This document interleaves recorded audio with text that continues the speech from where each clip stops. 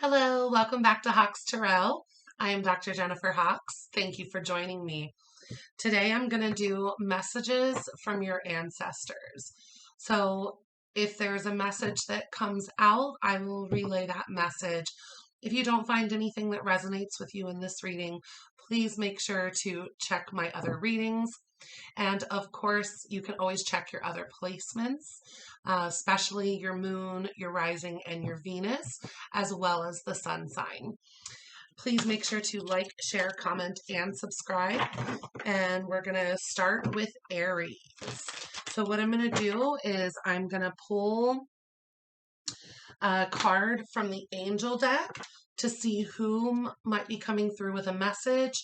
And then I'm going to pull a card from the Osho Zen Tarot to see what that message might be from your ancestors, okay? This could also be messages from your guides.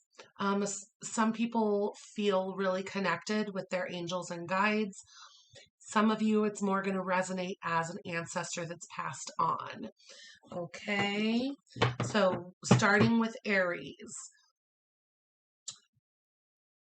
Let me make sure I write that down. Okay, starting with Aries. Who's coming through with a message for Aries? Show me who's coming through with a message for Aries. Who's coming through with a message for Aries? Okay, you got two cards. You got Justice. So it could be a Libra. And you got Page of Water. This kind of reminds me of a younger energy. This person may have passed on too soon from what we would consider an average lifespan. So this is a younger energy. They were a very friendly, sensitive person. It could have been a Libra somewhere in their chart. It also could have been a water sign. This seems like it might have even been a friend of yours, or especially if it was like a friend that passed away when you guys were younger. I'm kind of feeling like you guys you were friends when you were younger, but this person passed away when you were in your 20s. It's kind of what I'm getting. Okay. What does this person want to share with Aries? What's the message for Aries from this young, sensitive person? What's the message? Consciousness.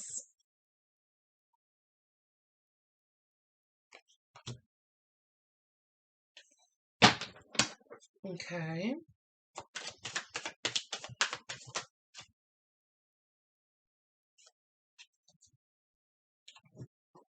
And then you got a bunch that popped out. Flowering.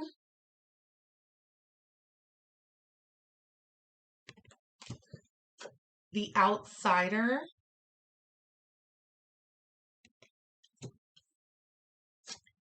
Inner voice.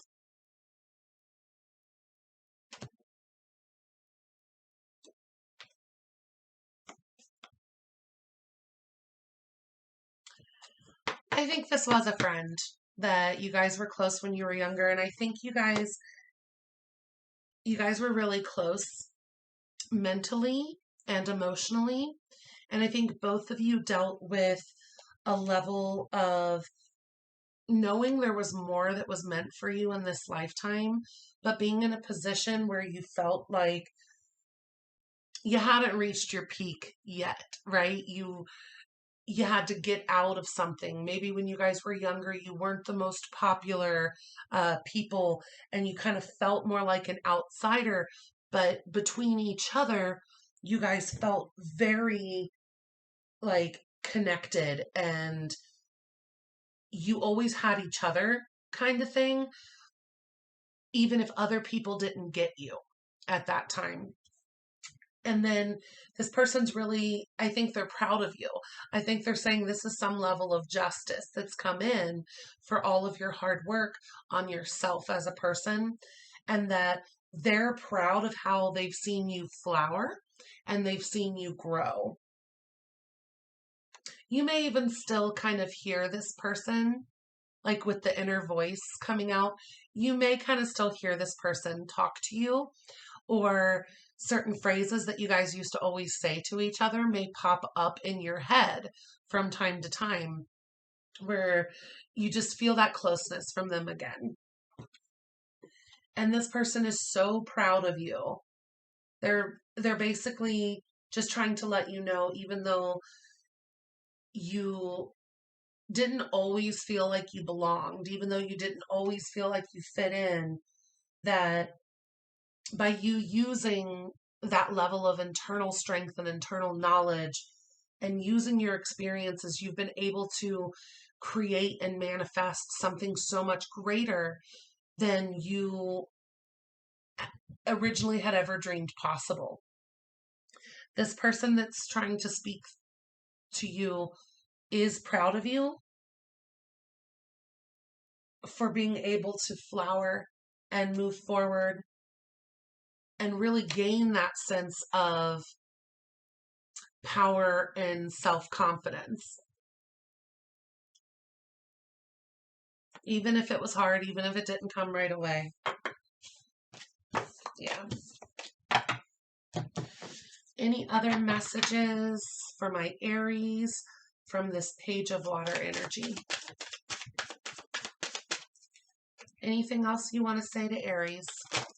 Okay.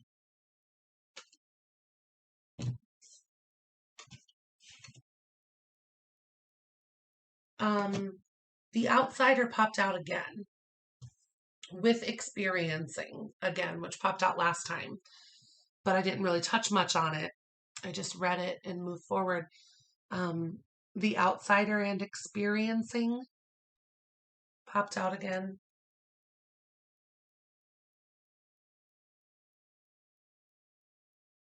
You may be in a position recently where you kind of feel left out again, but you've done so much work to pull yourself out of that energy from the past. And this person was a part of your life when you felt that outsider energy in the past. And at some point, this person had moved on. And they're proud of how you've moved forward, but now you may be in this position again. And they're here to remind you that, you've got abundance, that trust in the universe. Abundance and trust came out as well. That even though you may feel this kind of life-shattering, shaking, feeling, or things have fallen off from where you wanted them to be, this person really wants you to know that good things are coming, that abundance is coming, for you to have hope and faith, because you are not that same scared child, right? You are not that same insecure person.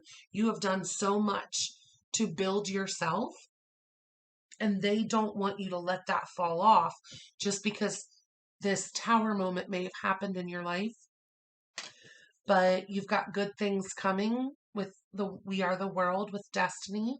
This person is always with you. Okay. Anytime you need them too, I feel like they come into your head. You will hear them. And you've got abundance and trust. This person wants you to not give up.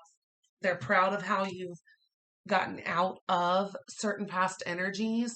And even though you feel like you may be kind of going back into those, feelings of loss, lack, poverty, feeling left out, that's short-lived, because you've already gained the experience of how to pull yourself out of that in the past. So now this person is just reminding you that the universe has your back and that you already have the tools that you need to be able to invite in abundance in your life in whatever capacity that means to you. But this was a childhood friend, and they just wanted to pop in to remind you of how far you've come and how proud of you that they are, and that even if you've had a recent shakeup, that this isn't going to last, and that you already have the tools and the experience to be able to move forward and pull yourself out of that lack mentality or that being left out energy, and that good things are coming back in for you. Yeah. Trust in the universe here, okay? All right. Let's go on to Taurus.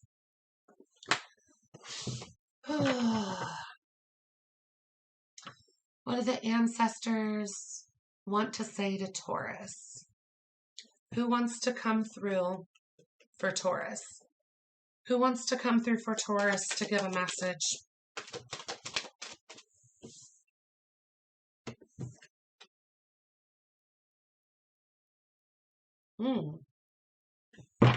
You got 2 of air in the reverse and 5 of air.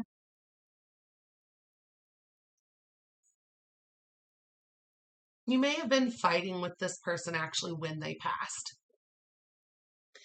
And so that's how they're trying to remind you right now, is because you got release card on the bottom, which is the death card.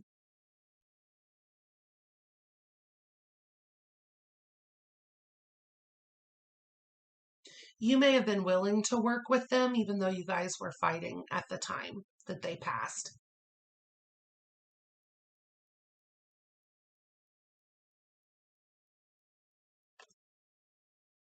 Yeah, can you tell me more about who this person is? Show me yourself. Who's coming through in this message for Taurus?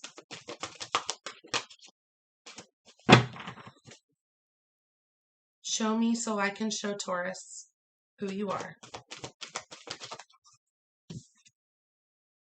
They were a soulmate of yours for sure. 2 of water.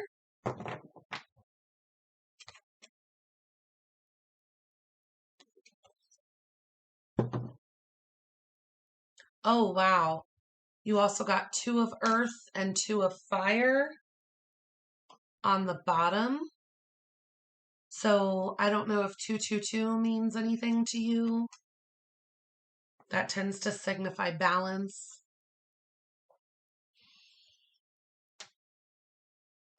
Okay.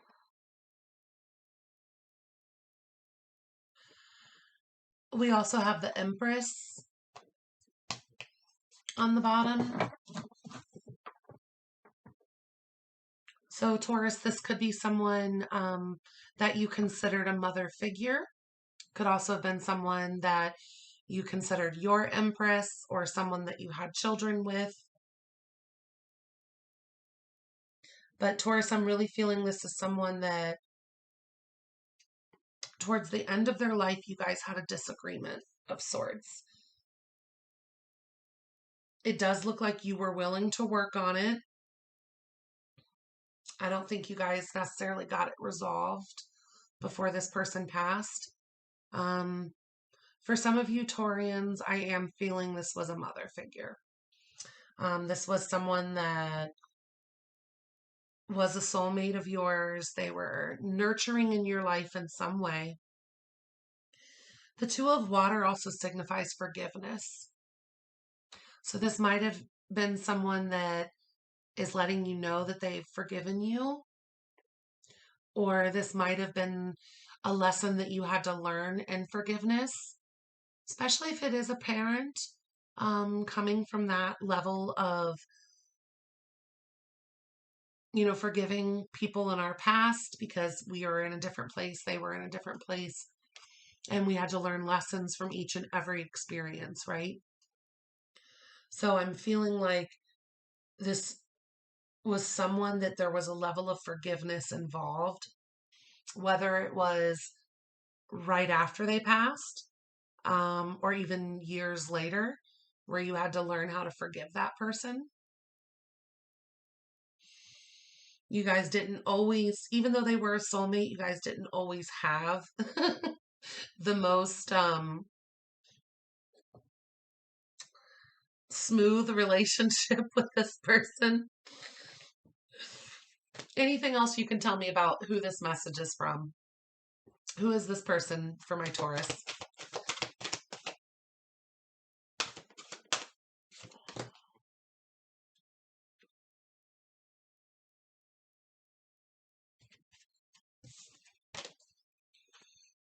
Who is this person?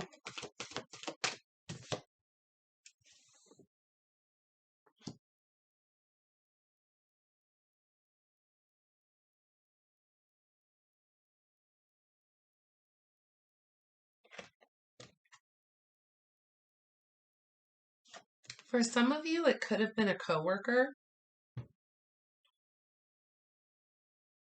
or even someone that you had a business with.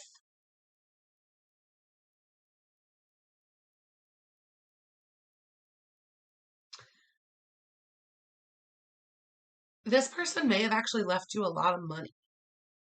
Like you, them holding back, them saving their whole life, them being cautious with their money may have actually been able to manifest financial security for you after they passed.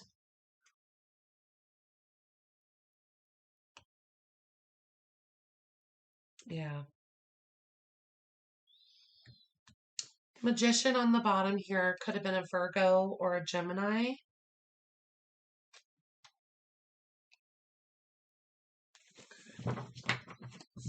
All right, what message do they have for you, Taurus? What message do you have for Taurus? Existence popped out. This card reminds me of the aspect of being hopeful and knowing that there is this whole big world out there that is more than just us, right? You are not alone. Oh, goodness. For some of you, Taurus, I feel like this, I don't think it was actually that long ago. For some of you, you lost this person not too far back. And I think they're trying to remind you that you are not alone and to have hope and faith, to celebrate your successes, to not feel the sorrow, right?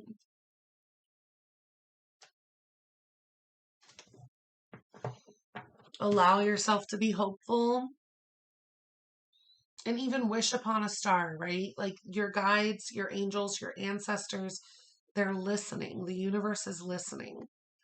This person wants to remind you of that.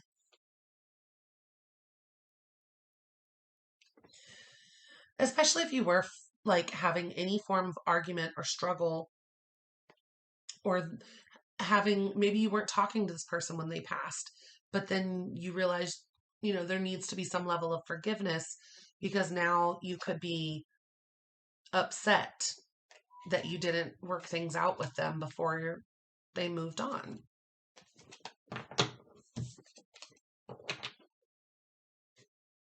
Could have been, like I said, it could have been a mother, or someone you had children with.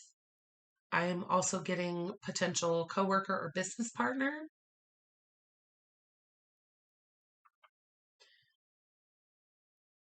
There's something involving money, so it might have been the inheritance aspect. And they want you to know that you're not alone. They want you to have hope and faith. Show me more. What message does this person have for Taurus? abundance, and we are the world. So you actually are meant for great things. It's in your destiny. Allow the wheel to turn in your favor, right? Allow abundance to flow in and trust on the bottom. That free fall, right? If you believe in the greater good and, you believe in your path, but you also believe that you're not alone, and you allow yourself to have hope and faith in your, like, what you're meant to do and be in this world for yourself and for others.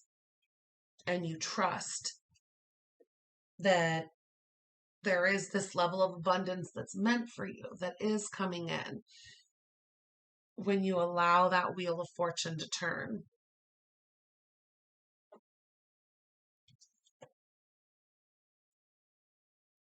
Allow yourself to receive as well. Receptivity is on the bottom. Trust that things that are meant for you will come to you. Okay?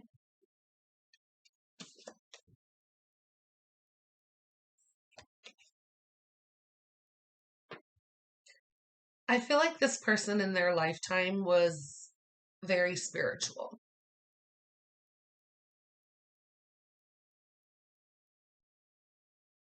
Or they've gained that aspect since moving on. But this person was spiritual. Any last messages for Taurus from this person? Conditioning. Okay. So if this was a mother figure, and transformation and control and maturity and exhaustion, all on the bottom. Okay, so if this was a mother,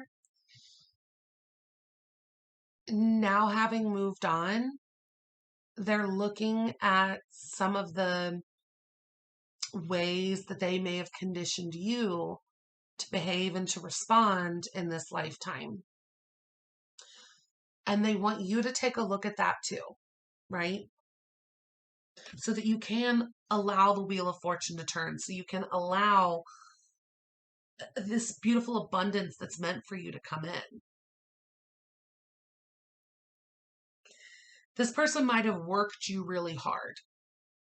Like, even if they were very spiritual before, even if you guys, fought a lot, they had a lot, it seems like they had a lot of control over you, and they might have pushed you hard and worked you over hard. I think they wanted the best for you. I'm definitely getting that they wanted the best for you. But then you had to use that level of personal transformation in your lifetime, using not only the conditioning that they had provided,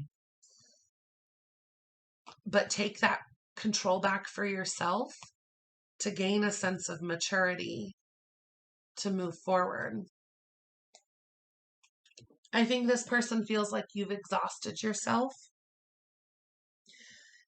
They might even feel a little bit bad about the fact that you've exhausted yourself, because they feel like the way they conditioned you has led to your level of exhaustion.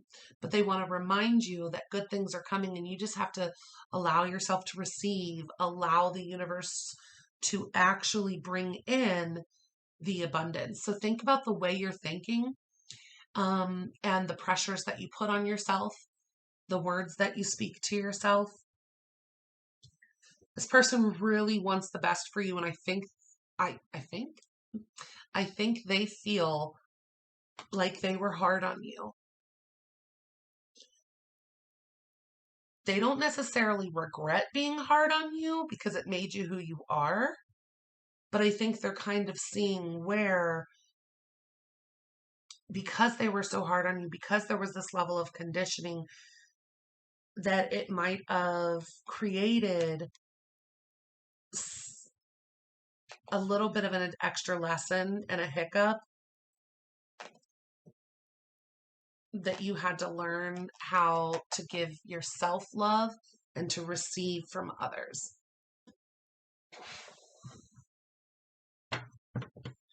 Whew, Taurus. For any of you that did lose a mother figure, my condolences, especially if it was recent and you're still in the initial phases of grieving. You know, grief comes in waves. So it's nice to take a look at what we can appreciate about those people that have been in our lives and what they did teach us and then what we need to reteach ourselves in order to be our best selves. And this person does want the best for you. So, whew, I hope you guys took something from that. Let's go on into my Geminis, okay? Let's see what messages from the ancestors are for my Gemini gang. And happy birthday to all of my Geminis. It is Gemini season. Those of you know I'm a Gemini. My birthday is in a couple weeks. Okay. Who is this ancestor that has messages for Gemini? Please show me. Who is this ancestor that has messages for Gemini?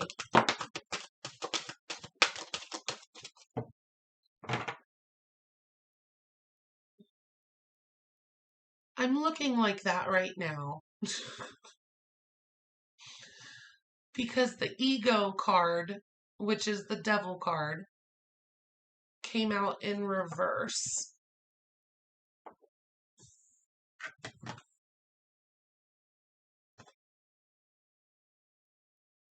Which honestly, part of me immediately was like, is this a message from the highest source? Right? Is this a message from God? Is this one of your ancestors, or is this one of your angels, one of your highest source, which, you know, depending on your beliefs, I'm going to let you fill in the blank. Tell me more. Tell me more. Please share with me, who is this message from? Who is this message from?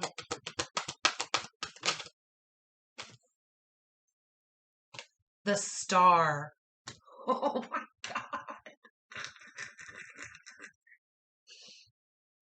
God. Chariot on the bottom, which is, you know, of course, victory. It could be a Cancer. Okay, so let me just break this down for you real quick. What I feel is that this is a message from your highest source. I feel like Geminis, you are getting a message from your angels on this one, and or higher, depending on your beliefs. And if I broke it down any more than that, that's what I'm feeling. But if I broke it down more than that, with ego being in the reverse and star being in the upright and then the chariot on the bottom, this could have been a message from a Scorpio. This could be a message from an Aquarius. Could be a message from a Cancer. I'm really getting it's a message from your highest source. Okay. What would you like to share? What would you like to share? What message do you have for my Geminis?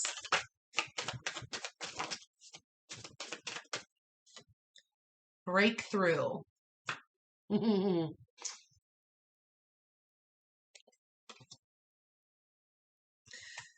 Okay.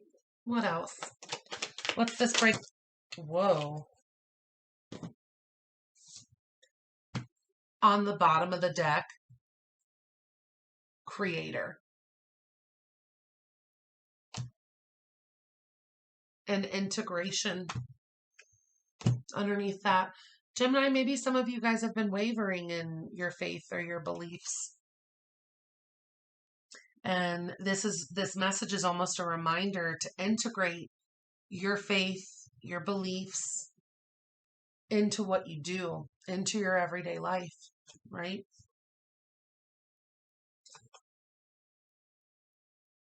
Okay. So the message, healing,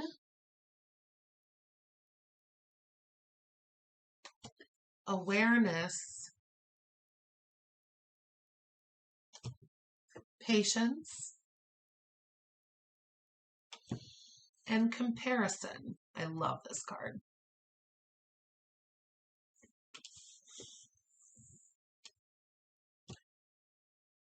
Gemini, your creator, your angels,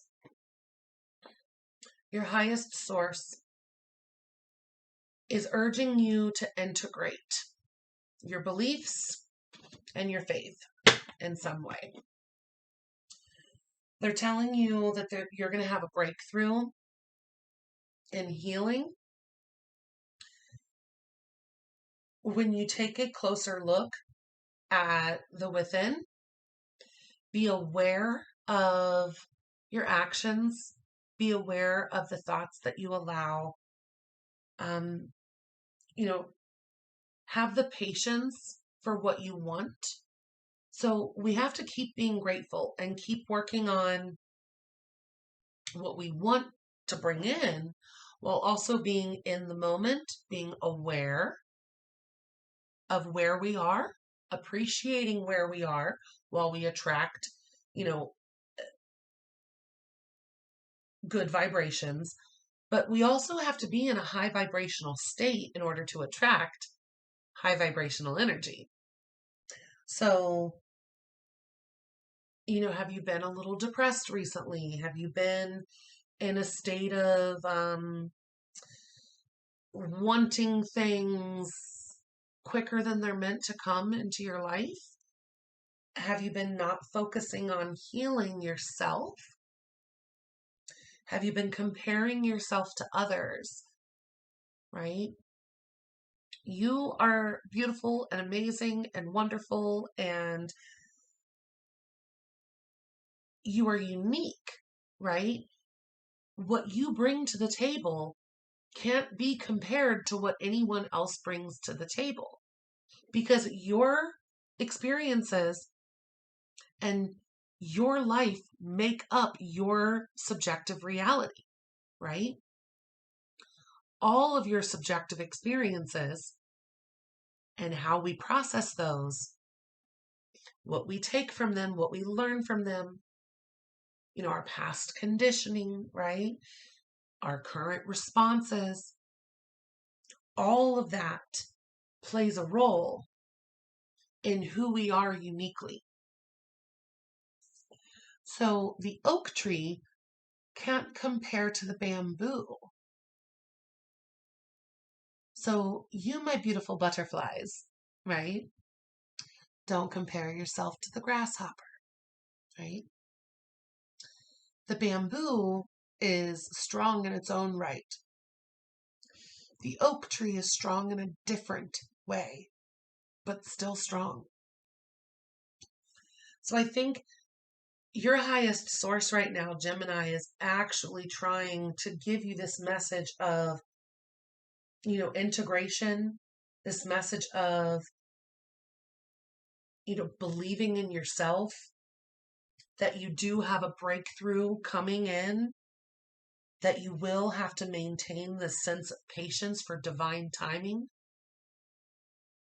Like, I would never say this, other than in this reading right now for what I'm feeling, but I feel like, and you can call it whatever you want,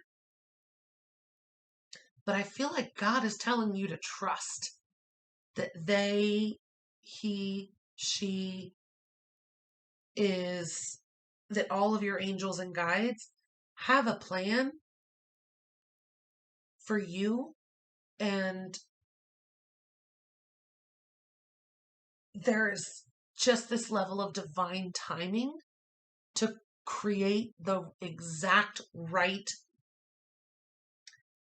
environment within you and within the universe for all of your dreams to come true, right?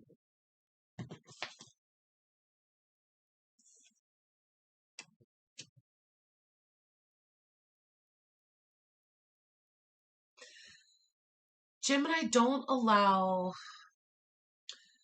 politics or what you think other people are going to think to stop your blessings, right? Jim and I, maybe you've even been seeking some incorrect guidance, or you're not listening to the universal guidance that they've been sending. You know, sometimes when you get a thought that pops into your head, and this is for any of you that don't already know this, right? When you get a thought that pops into your head, where'd that thought come from? Is it your subconscious? Is it something you've been thinking about? Or think about that aspect of the crown chakra and the universal downloads that your angels, your guides, and highest source is really there for you and giving you these messages. Now, those all come from love, peace, joy, enlightenment, right? What about some of the negative thoughts that you have? That's probably not the energetic fifth dimension of guidance and energetic messages. That could be the fourth dimension. That could be, you know, the messages that come in to distort and throw you off your path. And if you allow it, right? We have these three-dimensional, like, you know, right here in the now, this is what we're experiencing. We have these fourth dimensional distortions. It's like the demons that live in your head if you allow them, right? The demons in the attic. This is where some of those negative thoughts can come in. And then of course, higher up, I'm not going to go into all of that right now, but when you look at any messages that are going to be from God, source, angels, guides, those are high vibrational. Those are going to be love, light, joy. If you continue to allow messages that knock you down or make you feel bad about yourself, lower vibrational essences are associated with the emotions of, fear, worries, insecurities, hate, greed, envy. Believe me, any entity that would try to make you feel those things or believe those things is not the highest source. Okay? It's not high vibrational at all. But we're affected by them, right? We can't have appreciation for good without experiencing some bad, right? So we have to rebalance this within ourselves, and we have to make sure that even what we tell ourselves or the thoughts that we allow are this high vibrational resonance. I think this message was truly for any of my Geminis that have been allowing some of those lower vibrational messages to affect their day to day and to block some of the blessings that are meant for them.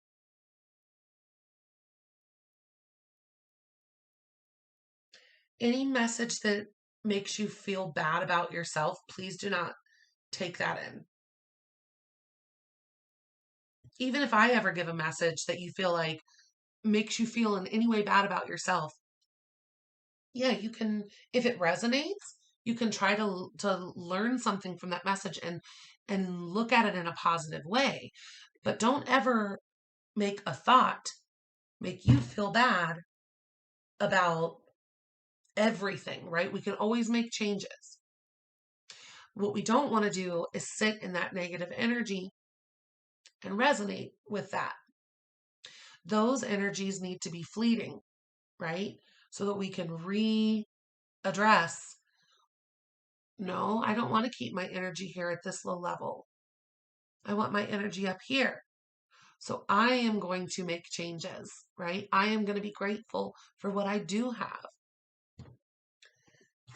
And my Geminis are usually dreamers as far, we're the magicians, the manifestors, creators.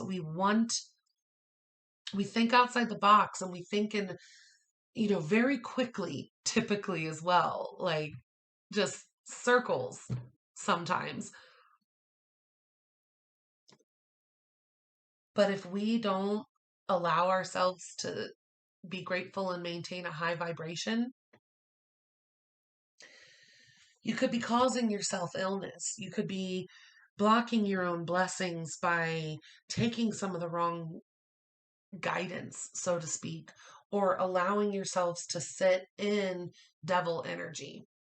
You have to have hope and faith that the universe has your back and that nothing's happening to you, it's happening for you.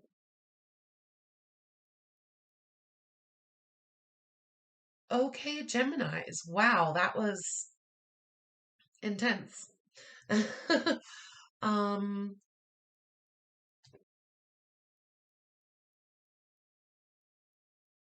you're going to have some really good self-discipline and willpower right now, Gemini, to maintain that high vibration, to make sure that you don't block your own blessings.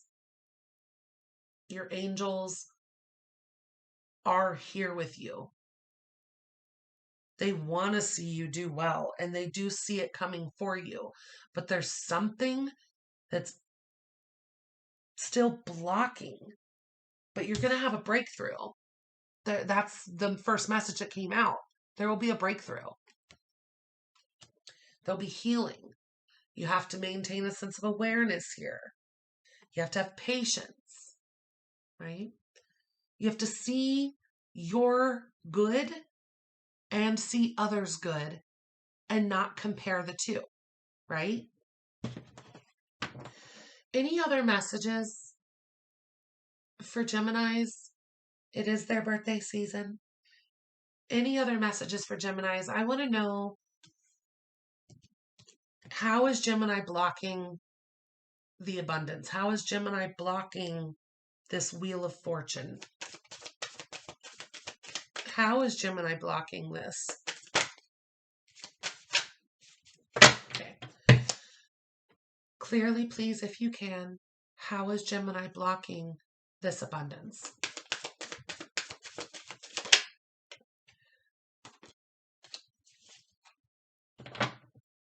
You're never going to believe this. Friendliness is what came out. Are you letting people take advantage of you, Gemini? Are you not setting proper boundaries? Are you not valuing your own needs? I'm guilty of that more than I would like to admit. So thank you for the message as well. But you got friendliness as the answer to what's blocking you. So Geminis, you could have some toxic friends that you need to cut out of your life that are just negative energy, that maybe state microaggressions, that maybe that person, even if you don't realize it, maybe that person feels like they're better than you. Maybe they constantly compare themselves to you. Maybe you've got someone that you've been comparing yourself to and feeling some type of way about it, right? Let's just get out of that energy. Maybe you're not setting proper boundaries. Maybe you're letting people take advantage of you. You can't bring everyone with you too, right? You have to do your own healing. And if you put the work in to do your glow up and you flower, but the plant that's right next to you, like, withered away, how are you, like, what are you going to do then, right?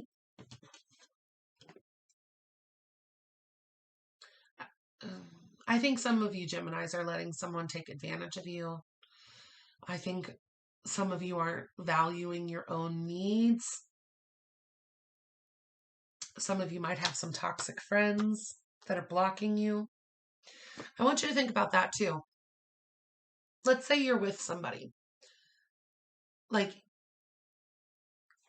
even a partner, right? An intimate partner that you've had trouble with, or a friend that you've had trouble with. And that person may be a karmic soulmate. Person may be someone you are 100% supposed to have in your life so you can learn something. And you're supposed to teach each other something. If you don't choose to raise your vibration or to learn that lesson, okay, you're going to stay where you are. And even though you have an intense connection with somebody, it doesn't necessarily always mean that that person's best for you.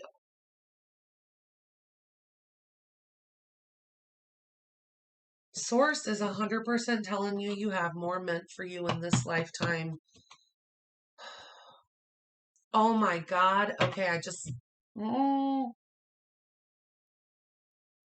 I'm trying to remember it. It just popped in and it was like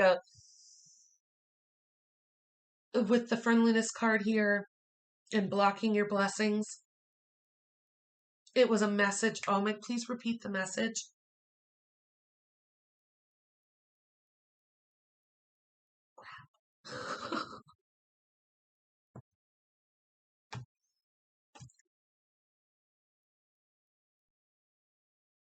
Make sure your inner voice is a positive one, Gemini. Don't let the negative thoughts repeat themselves.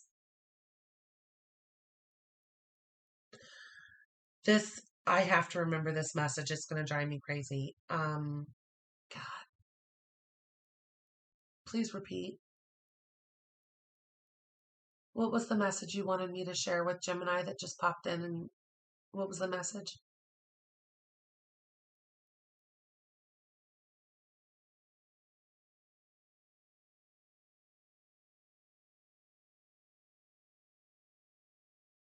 It had something to do with not feeling good enough about yourself.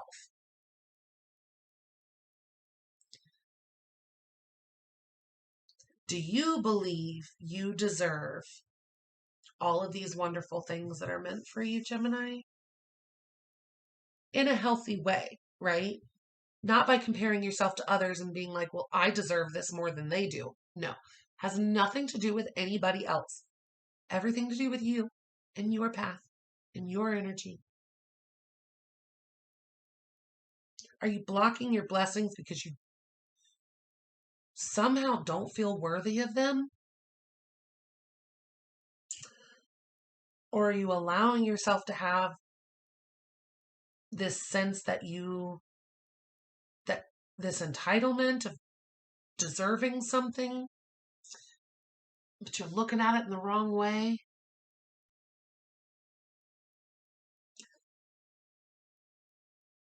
That might have been for somebody, but there was still one other message they were trying to get me to come through with, and I lost it.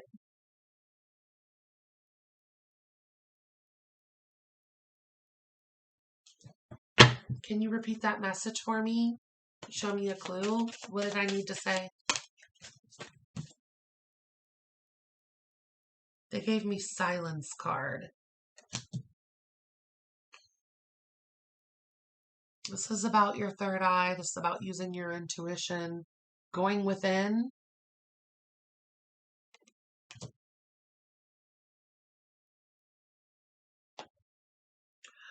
With the burden on the bottom.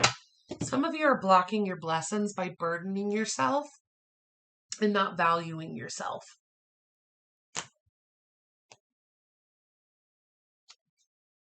And you need to allow yourself to feel harmonious, right? I wish I could remember the exact way it was stated to me just a second ago because I'm like, I wanted to say it that way. Um, some of you Geminis are taking on burdens that are not meant to be yours. And that blocked your blessings in the past. And then even if you got that person out of your life, but you still felt some sense of responsibility towards them or for them because you care too much, your friendliness, right? Are you giving too much of yourself to others even after you've learned the lesson from them? And then you realize that person wasn't meant to stay in your life, but then you're still allowing that energy. You're still giving too much. Pull back your energy, Gemini. Go within, heal yourself. Try not to take on these burdens that aren't yours. And I know it can be hard to even identify what some of those are, right? You deserve this harmony in your life.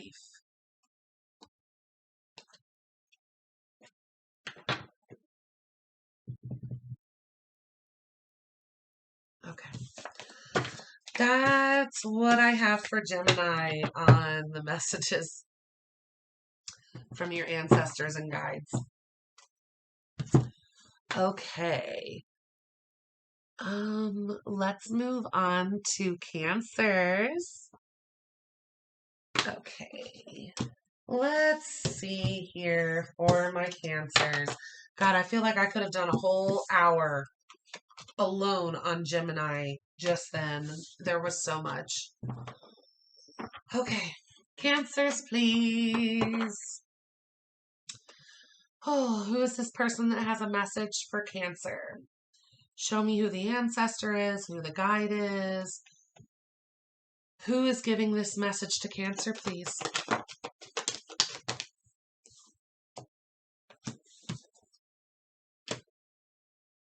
Okay. So right away, I just want to say that Cancer, this could be a message that you intuitively already know, that your intuition has been telling you to listen to this message for a while. I say that because the High Priestess came out on the bottom of the deck for who this message is from. So please make sure to listen to your intuition, Cancers. As far as who's this from, you got the Seven of Water, which is about a difficult decision, confusing decisions. Also can be about fantasies, options. You also got Knight of Earth.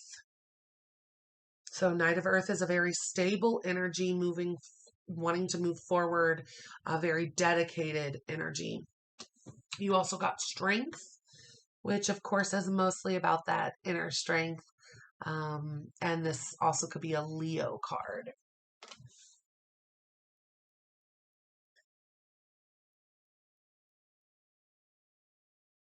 So Cancer, who this message is from,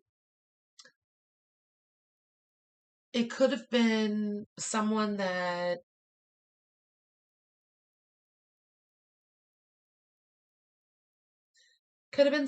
was a Leo. It could have been someone that was always there for you.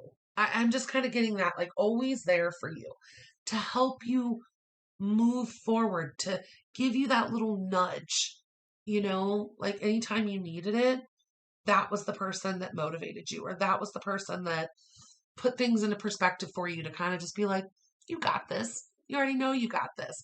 Keep moving forward. Keep it going, right?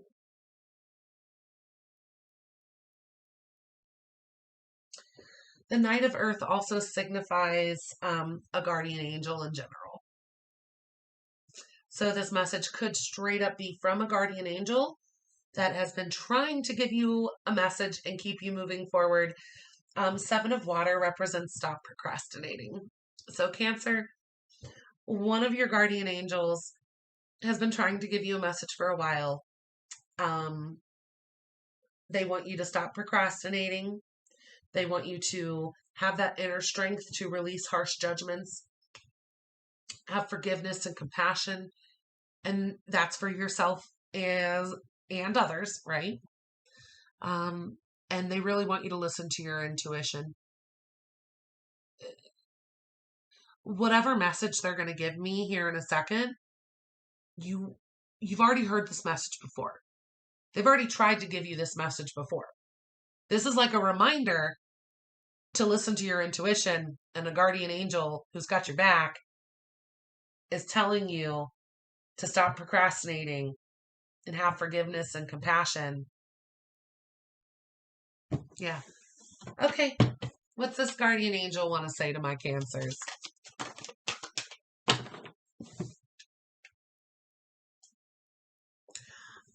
Okay, this is messed up because I got this message for you Cancers months and months ago on this same deck. We got slowing down and stress is the message.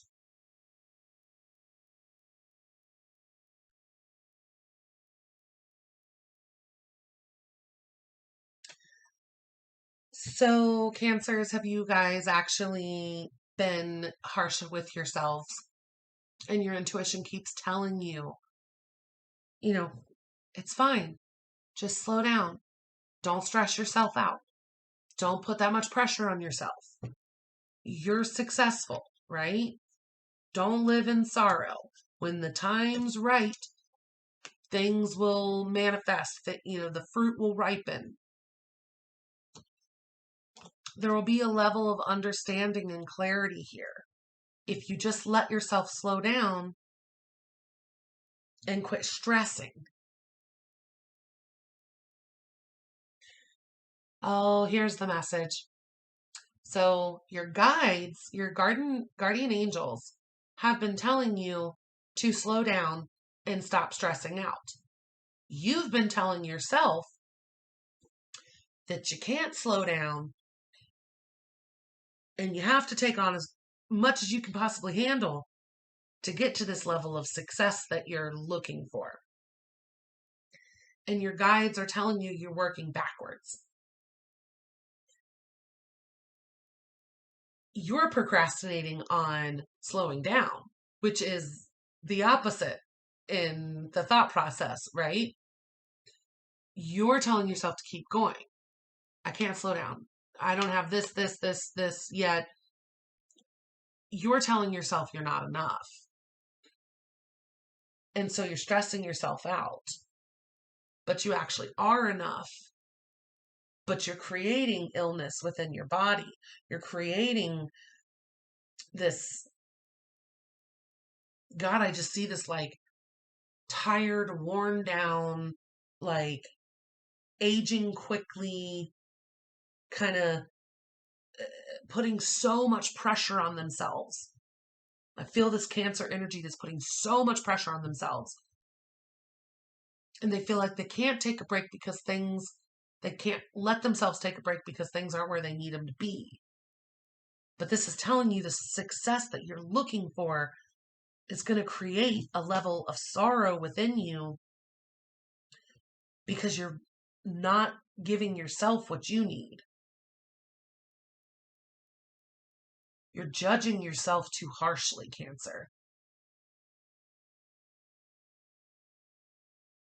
You're pushing yourself in a way that is actually slowing you down in the greater scheme of things, right? So I want to play on that word there with slowing down. Your message from your guardian angel is to slow down because you're stressing yourself out.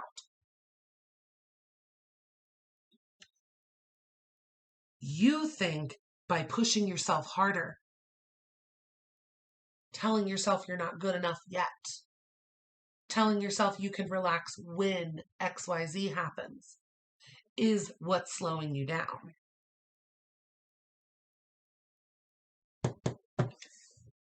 Okay, Cancers.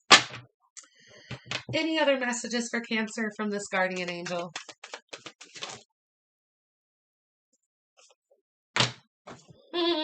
This has come out twice now, and I'm not very far along in the readings. We're only on Cancer. You got trust and existence. So trust in the existence of a higher source. Trust in the universe. You are not alone. And also remind yourself that you are only one person, right? You can't do it all. If you try to do it all, you are going to stress yourself out and run yourself ragged, and you're not going to get to where you think you want to be. The success that you're going to get from that is going to actually burden you.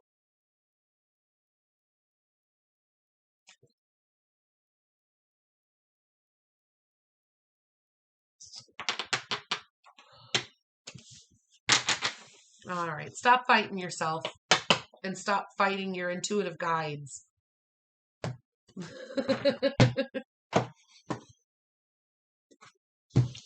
All right, let's see what we have for Leo. Leos. Who wants to come through to give Leos a message? Open to ancestors, angels, guides. Who wants to come through to give Leo a message? Who's coming through for my Leos? I have a Leo brother and he's getting married this year. So happy for him. He's such a sweetheart. Who wants to give Leos a message? All right. Who's giving Leo a message here? Angels, guides, or ancestors? Who's giving Leo a message?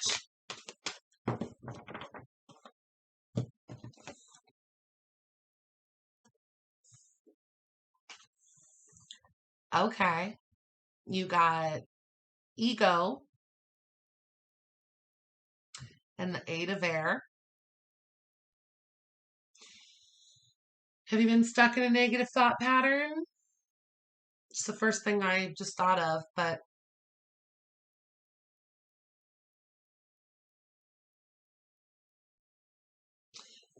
could be a Capricorn that wants to give you a message, right?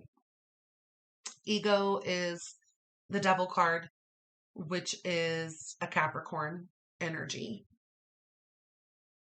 So this could have been a Capricorn.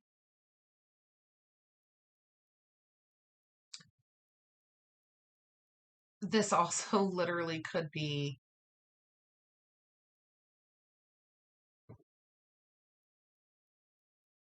like your ego, your demons, your addictions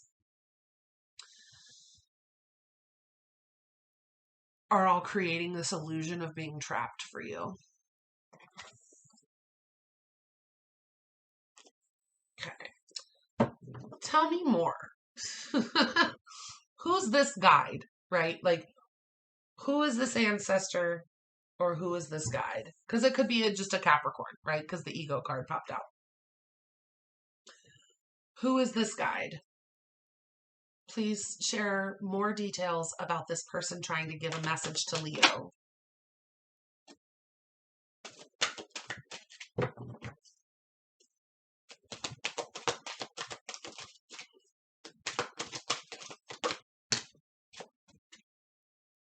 Okay.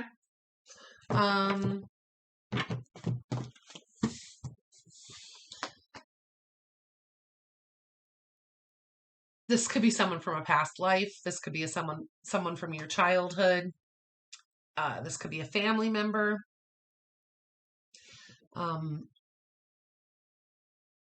We also got the moon out here for who this person is trying to give you a message. The moon could be a Cancer or a Pisces.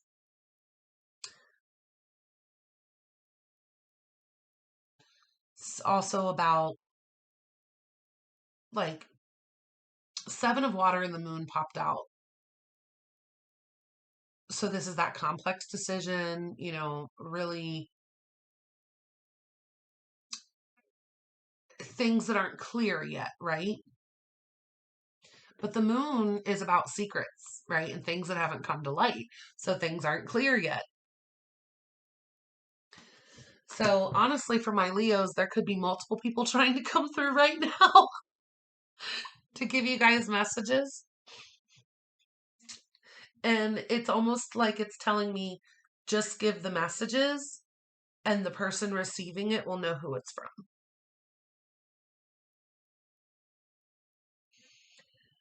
For some of you, this message is from a Capricorn. For some of you, this message is from a Cancer or a Pisces. Okay.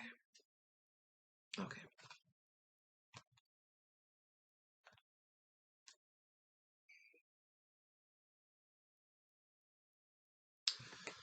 Just reading the bottom of the deck to see if I can get any more clarity. This is someone you used to talk to when you were younger.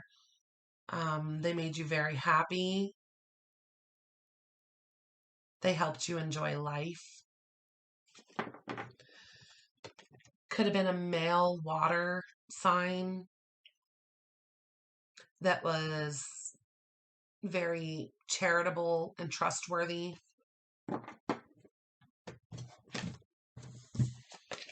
Okay. All right. So hopefully you know who it's from. What's the message you want to share with Leo? What's the message you want to share with my Leo?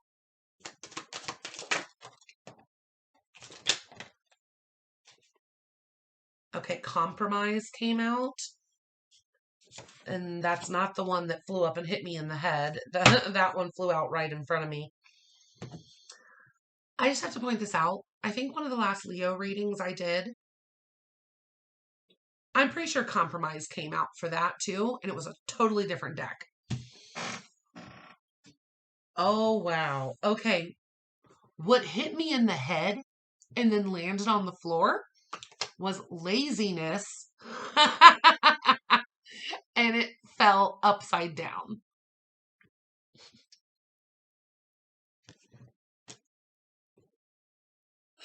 So, Leo, you're probably a really hard worker. Um,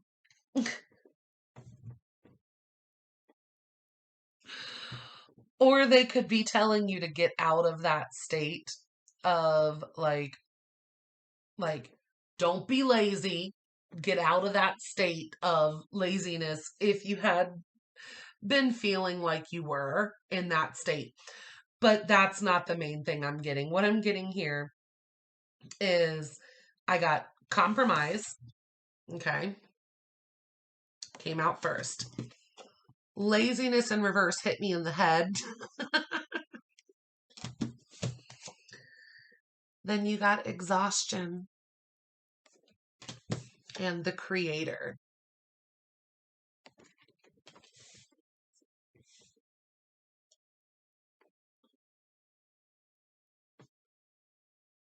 I think you might need to compromise with yourself to make sure you're not working too hard and exhausting yourself. The creator also, it talks about our lower chakra levels, that sense of source and root and grounding. So really compromise and balance within yourself between what you need for yourself in your physical form, as well as in your mental, emotional, and spiritual levels. On the bottom of the deck, you got understanding. And underneath that, you got clinging to the past. So is there something that happened in your past that you haven't been able to come to a good compromise within yourself to truly understand the lesson that was meant for you in that?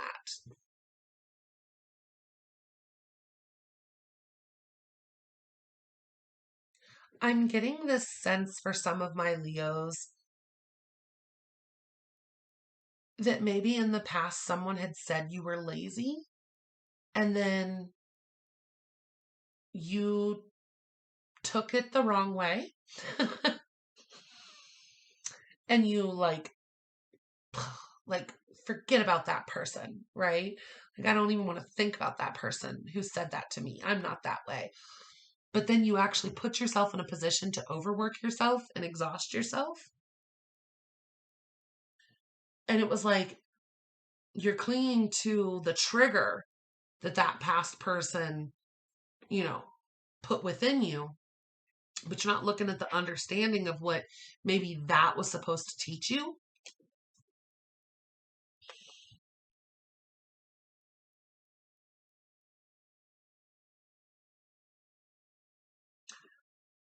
So for my Leos that are working hard out there, like ad nauseum, like to the point of exhaustion, I think that your ancestors and guides are trying to help you see that by pushing yourself in a way, in a stubborn way, right? Like not compromising, not seeing the blessing, not seeing the lesson that was meant from a past situation. You're stubbornly pushing yourself into a state of exhaustion and not learning the lesson. What was the lesson? Like, if this Leo's clinging to the past and they need this sense of understanding and this sense of compromise, what's the lesson? What's the lesson they needed to take? Listen to your inner voice. Okay, you got transformation,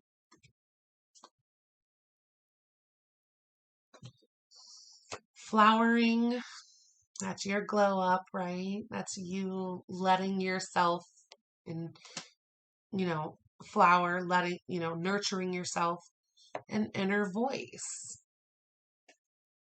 So transformation is the death card technically, but it's about spiritual transformation, right? Rebirth.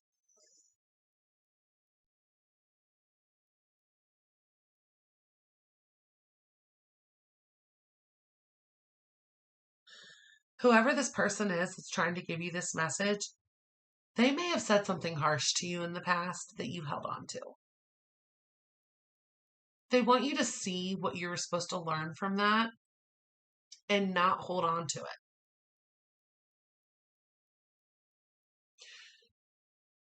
Like, especially if, like, maybe that person pushed you hard to work, right? And they did it in a way that maybe at the time they thought was going to motivate you. But then now that they've passed on, they're like, oh, well, I guess I could have approached that differently. Now looking back at that. Or, man, I wish that person would have taken that differently, right? Because it ended up hurting them and they didn't learn their lesson from it. Like, the trigger words, right? Like if someone calls you XYZ that you associate as a trigger from something that someone used to say to you or you used to be burdened by when you were younger. Like, for example, like I'm just going to use this as an example because I'm feeling this hardcore. Let's say you're tired. It's been a long week. And let's say your grandpa asks you to mow the yard or something and you're exhausted. You hadn't gotten it around to it, right? And then let's say they then said something kind of hurtful to you along the lines of being lazy or get your lazy A up and go like finish the yard work. Some of you had someone say that to you and that popped into my head and I feel like it was a grandfather. Um, but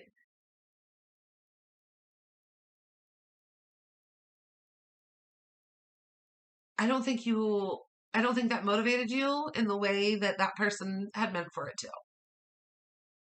I think you took that as a trigger and you carried that with you. And then you almost got a little stubborn or butthurt about it, right?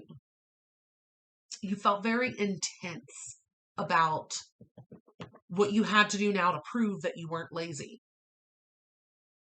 And then that created a sense of you pushing yourself to exhaustion in your life.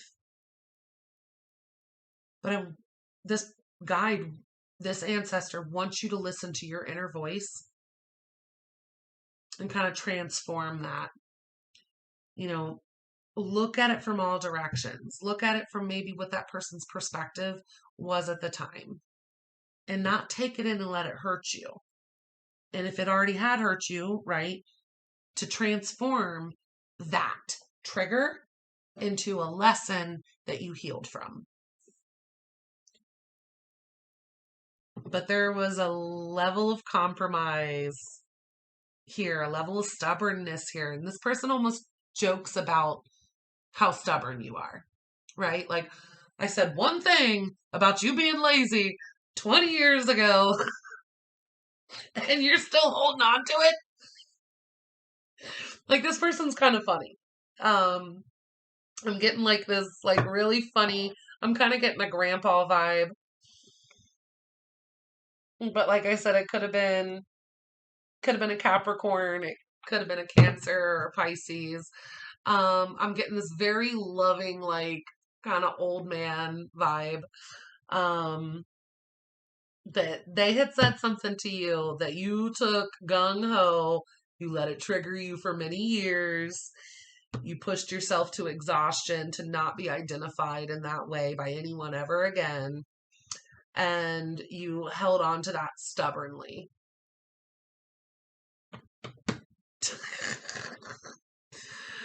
Good luck with that, Leo, because whoever this ancestor or guide is, they're actually pretty funny. They care about you. The, they want you to get over this. Like, I'm almost like happy tears.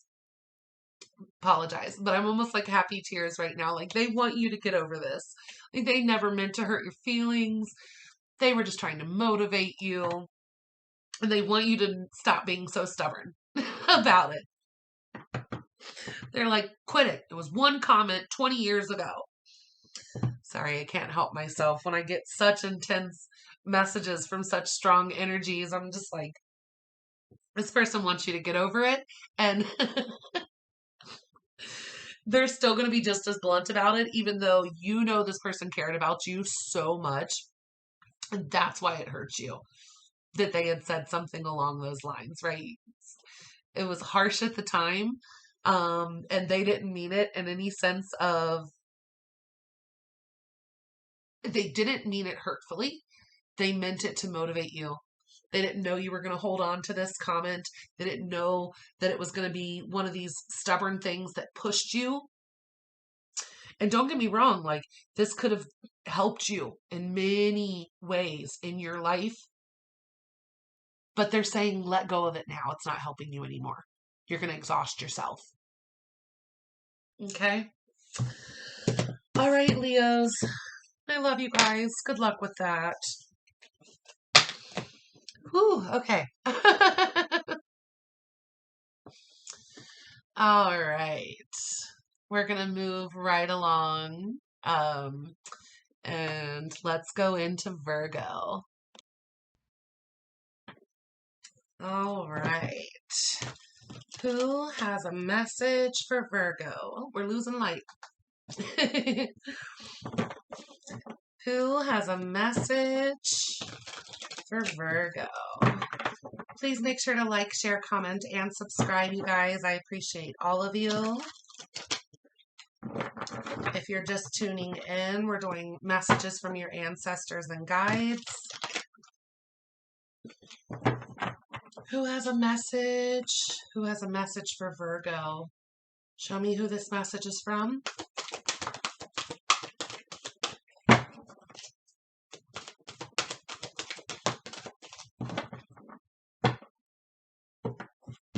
Okay.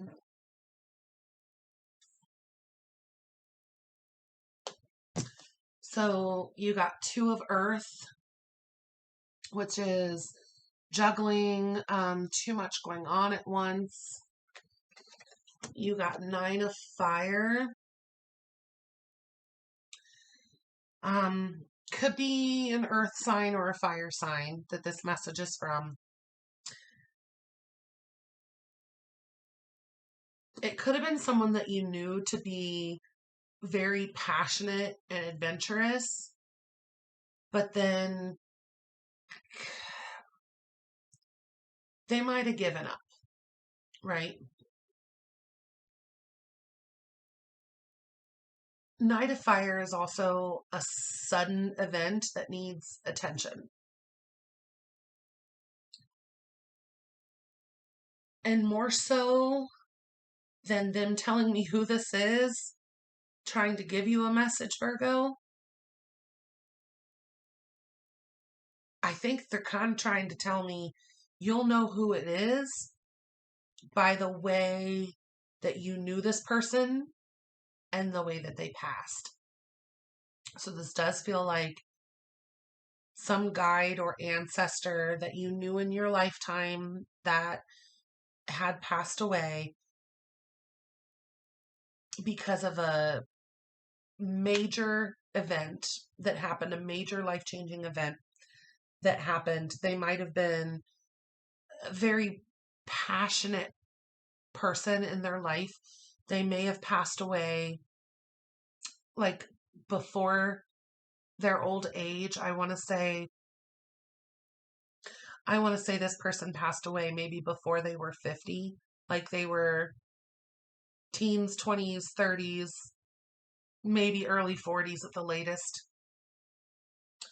I think this person was very adventurous. They always had a lot going on. And maybe there was a level of imbalance that they didn't pay attention to in their own health or mental health or physical health, right? Um, Nine of Fire is often saying don't give up. It's that wounded warrior aspect, to have courage and to believe in yourself. And I think whoever's trying to give you, and I'm sorry, I'm getting like this sad, they gave up energy. Whether it was a mental health struggle or a physical health struggle, I'm not sure. But there was something going on.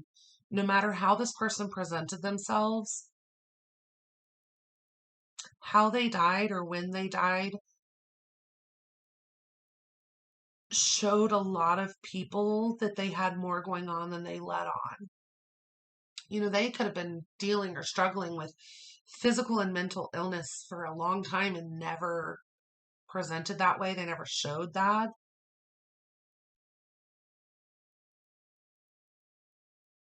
But then they could have given up, right? They didn't want to keep fighting. They were wounded. They were down and out, and they did not want to keep going. Nine of Fire in the reverse. This person's death was a shock to a lot of people.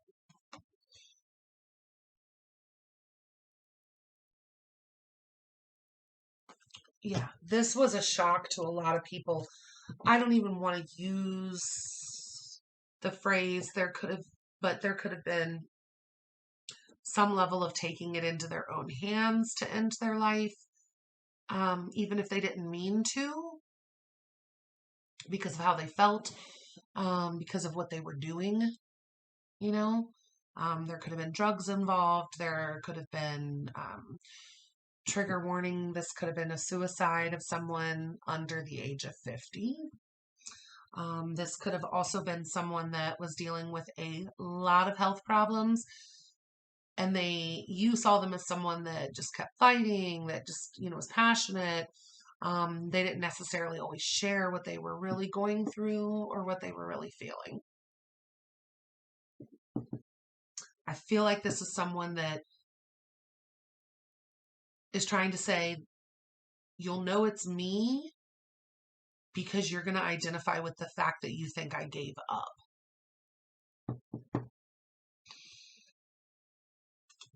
Okay. Can you show me anything else to tell me who this person is that has a message for Virgo? Six of Water. And the Empress on the bottom. Six of Water is usually representative of our childhood.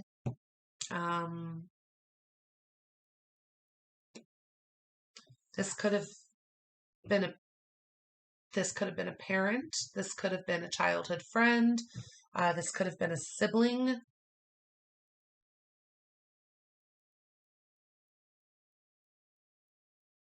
But you'll remember this person from your past, from when you were younger. Empress on the bottom.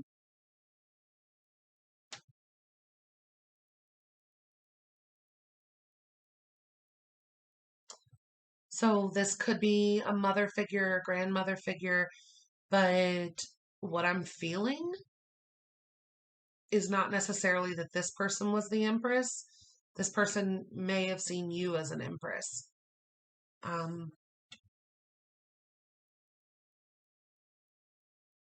For anyone that lost a child, I'm so sorry you went through that.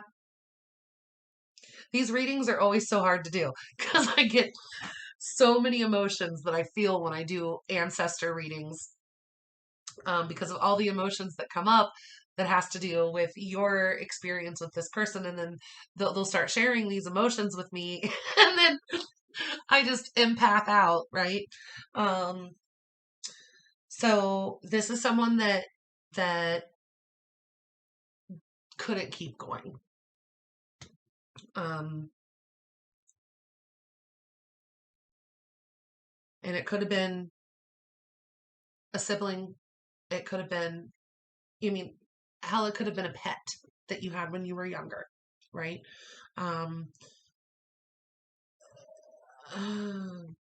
You might have felt like a mother energy to this person or to this energy.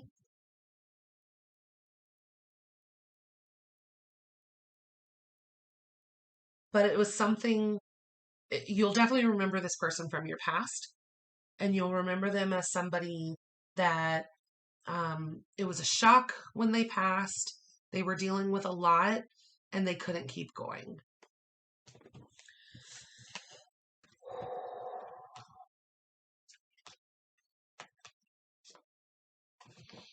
This person wanted to be happy. They wanted you to be happy. This energy did. I don't think they ever meant to hurt you. I think they just couldn't keep going.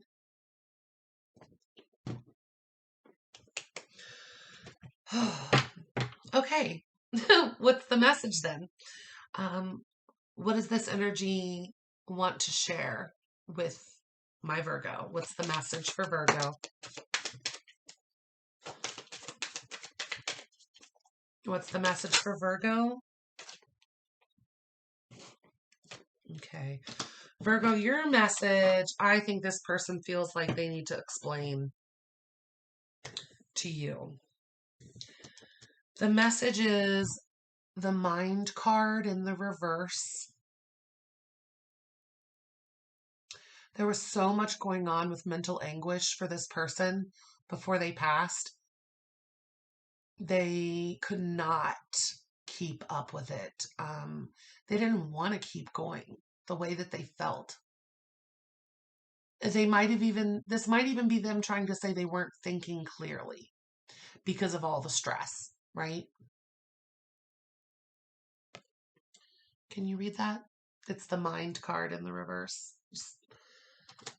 It fell right on top of the Nine of Fire in reverse, meaning like they gave up in a sense because they weren't mentally right at the time. There was too much going on. They couldn't think clearly. Yeah.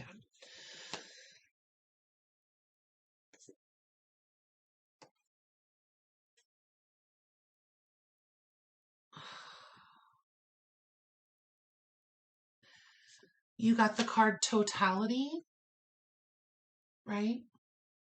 Finalizing. The card turning in. So going within, using that inner guidance. The card of morality. The Fool. Like taking that leap of faith and just going for it. I'm now getting this feeling like this is someone that fell prey to some form of peer pressure, potentially. Something that they didn't necessarily, if they were clear-headed at the time, that maybe they wouldn't have done that, right? There might have been drugs involved. There might have been reckless activity involved in general. And they're trying to tell you, like, if I was in my right head at the time, like if I had turned within, gone within, if I had been thinking about morality and like my, you know, what's best for me, maybe I wouldn't have followed through with all of those actions leading up to my passing. So after the Fool, you got going with the flow, right? That's part of what makes me think maybe peer pressure too, right? And then you got the Lovers, which is the choice. So this could be a Gemini, right? But what I think here is that this person's trying to explain to you, like, they don't want you to hurt over this. They want you to gain some sense of peace after their passing.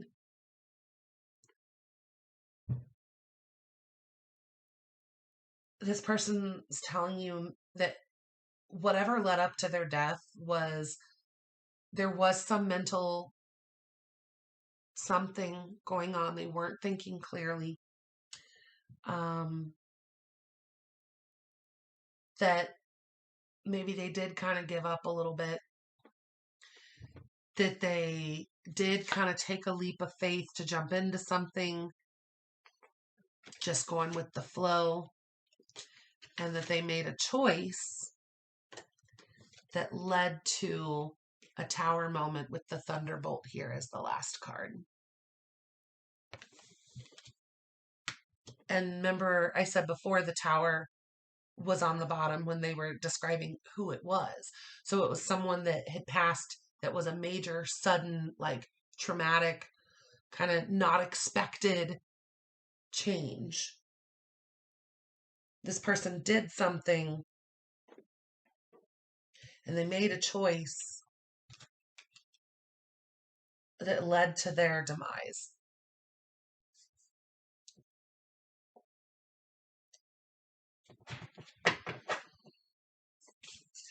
Okay, so this wasn't necessarily a message for you and you Virgos in the sense of your current life right now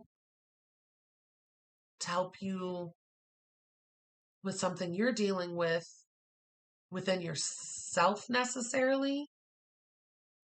I think this message was more to help you grieve and to help you release any guilt, any misunderstandings, any sense of grief surrounding this person's passing.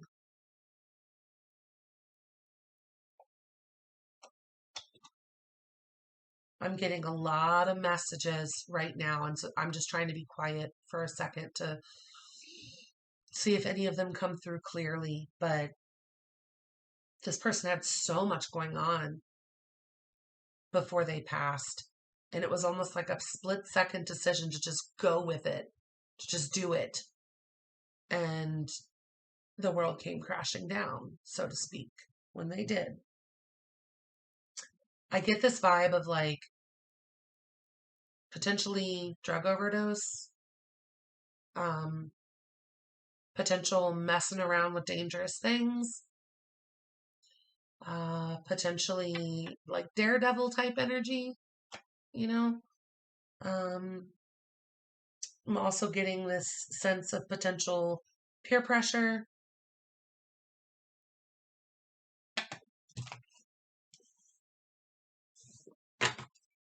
And I do feel it had a lot to do with their mental health. Whew. Any other messages? I don't want to leave you like that, Virgo, with this person. Any other messages from this entity, from this energy to my Virgos?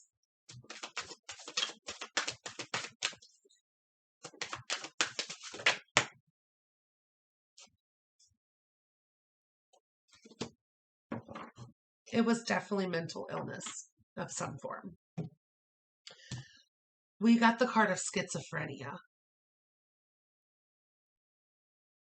which is a lot going on mentally, right? They don't feel stable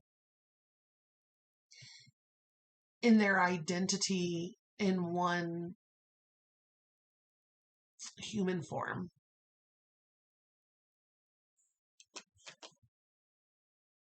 I think, and then we got the card of ordinariness, right? Like maybe they had kept trying to fit in, had kept trying for years to feel normal.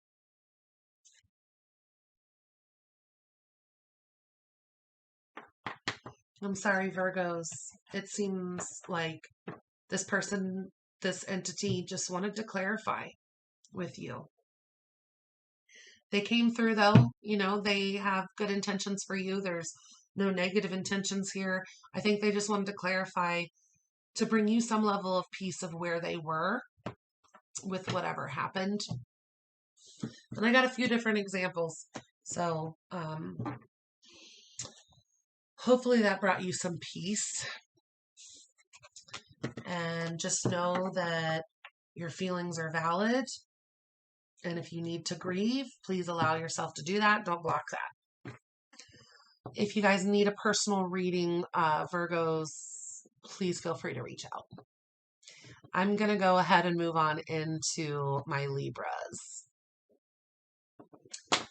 Okay, who has a message for Libra? Ancestors and guides. Who has the message for Libra?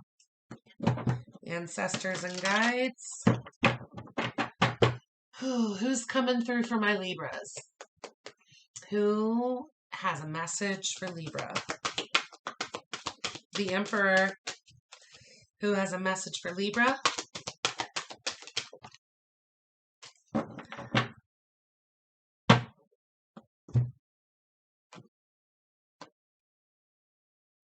Okay, I think we've got two that are showing up here to give messages to Libras. You got the Emperor first. So that would be a masculine energy, a provider energy in your life, could be a boss. Usually I would take this as your father or your grandfather. Could be a husband, a late husband. Could have been a boss, like I said, but I have the intense desire to say it's your daddy-o. So, the Emperor. You also got Queen of Earth. So, Libra, looks like you have a couple different energies trying to come through to give you a message because you're just that special. But the Queen of Earth could have been a warm, thoughtful, feminine energy that was in your life.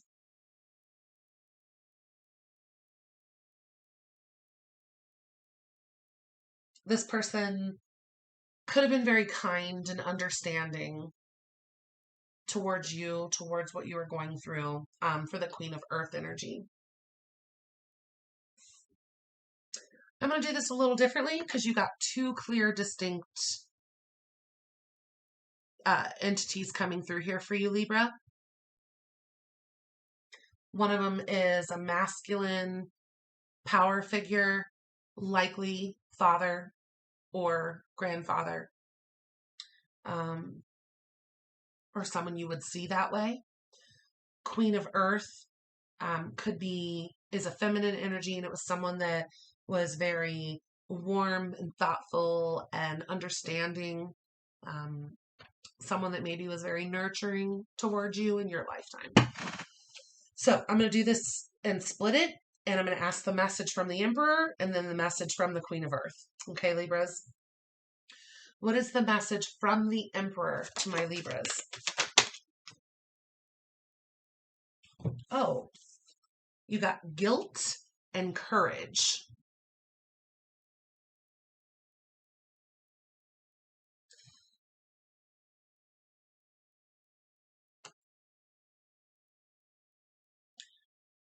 On the bottom of the deck, you have playfulness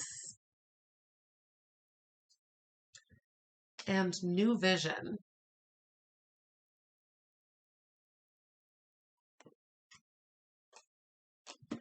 So your message from the Emperor about guilt and courage.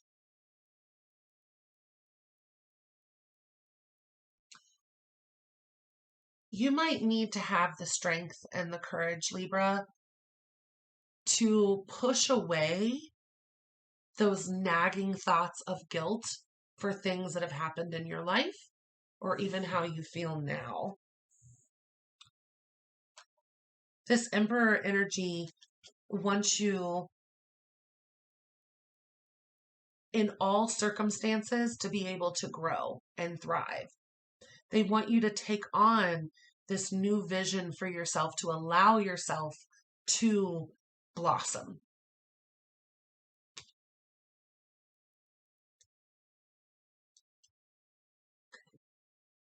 Okay, they're saying basically that your conditioning is complete. Like they taught you what you needed to know before they left this earth. And they want you to use what they taught you. Take a playful approach, not be racked with guilt over any mistakes that you've made or that they made or things that have happened. And take that thought process instead to turn it into a level of courage to create a new vision for yourself that's going to bring you happiness. Take your past, learn from it what you can, and create a new vision. Create a world you want to live in, right? They want you to have courage. They don't want you to feel guilty over anything that you've done, that they've done, things in general, even if they weren't necessarily, your fault, things that have happened. They want you to use those experiences, right? I just keep getting that, like, your conditioning is complete. Like, use that conditioning to actually have the courage to create a new vision for yourself and move forward in your life. Like you're ready to move forward. Some of you Libras have you came out of rough times, right? And I'm not saying that this Emperor energy puts you in those rough times, but I kind of feel like they're trying to say to me that those rough times like, look at this. The fact that you're able to grow and flower out of like a stone wall, right? That they want you to use that strength that they instilled within you to not only survive, but thrive. And to not take things so seriously just because things were maybe bad at certain times, but to use those experiences and kind of play with them to your advantage to create a new vision and a new life for yourself. Okay. All right, Daddy-O.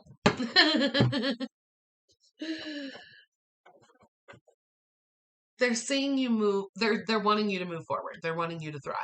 They're wanting you to use that courage, to use all of those rough times, to use, the strength that they instilled within you to actually move forward and allow yourself to create a new vision for yourself.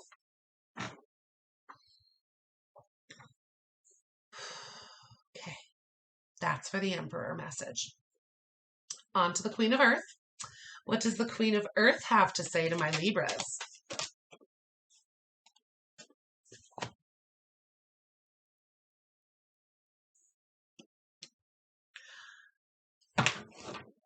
Okay. The Queen of Earth wants you to feel like it is normal every day to allow yourself to receive success. Their message is way more motivational. Like, I don't think they created any level of conditioning within you that made you feel like times were rough. But I'm getting this sense that this Emperor and this Queen of Earth energy that is passed on, I feel like they knew each other. Like their souls knew each other because they're kind of piggybacking on this message, right? So the Emperor's like, I taught you to be tough, and I'm, I'm sorry I had to do that, but you're strong for it, right? Now take what you've learned and run with it. And this Queen of Earth is telling you that they want you to see it as you, allowing yourself to receive, using your creativity, get out of the isolation, get out of your head and make it become like an everyday, ordinary thing for you to receive abundance and success. This Queen of Earth energy has a lot of faith in your creative abilities. So they gave you ordinariness. But I want you to look at this in the sense of, look at how beautiful this is. The trees are flowering, just walking through, just another day, right? Just ordinary. But look at the ordinary beauty, right? Look at all the beautiful things around you. And look at receiving abundance and receiving the flowering and, picking your harvest and receiving as ordinary, because we should constantly be in a state of gratitude that allows us to receive and to give. They want you to consider receiving success, receptivity, and success. It's also public recognition, right? This is the Six of Wands. As an ordinary thing in your life, right? Allow it to come in. Allow yourself to receive.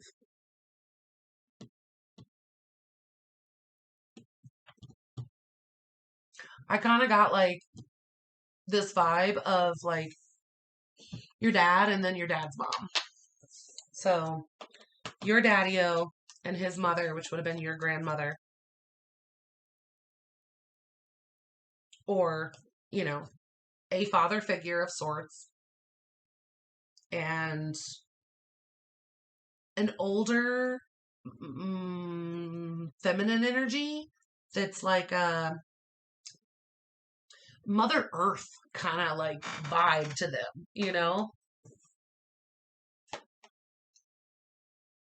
and they're giving very similar messages, but in total different personalities, right? But you're ready to receive. Your conditioning is complete. Both of these entities want you to get out of your head and use your creativity to be more playful and to consider success and, as ordinary, right? As something that you're able to receive consistently. Okay, Libra. All right. That was a good energy pair. Thank you guys for sharing that message. That was cool. I liked both of their little personalities and the way they were giving those messages. The masculine was a lot more harsh, straightforward, and the feminine energy there was so artsy, playful, kind of Mother Earth nurturing type of energy. It was good. It was good. I liked it. Okay, we're going to go on to Scorpio.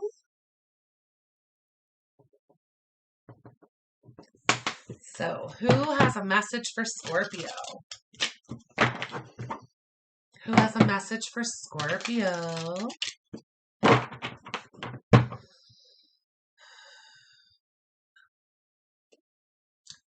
Who's the message from for Scorpios?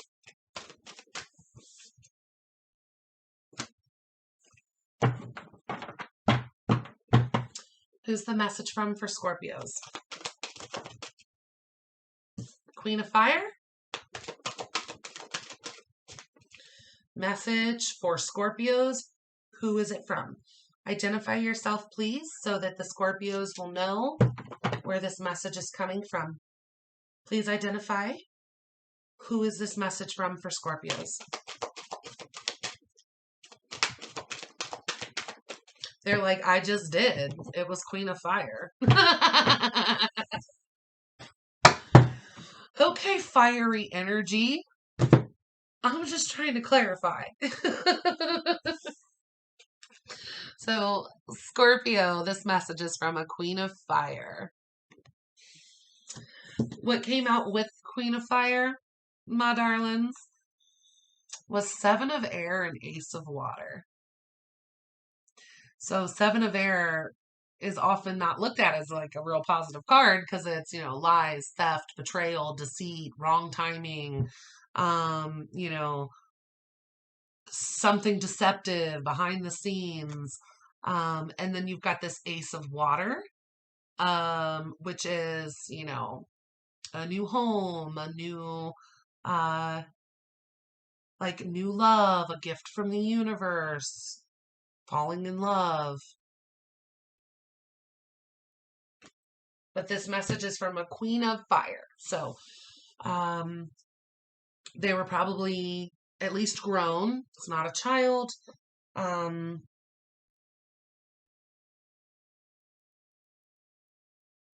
Yeah, definitely not a child energy.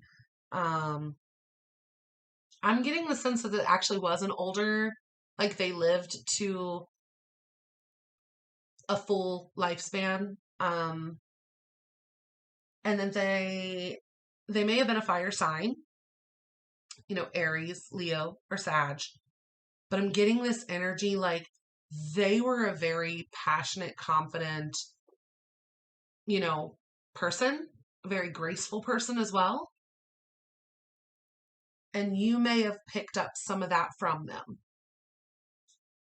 And that's why they presented the Queen of Fire to represent themselves. It's who do you remember that was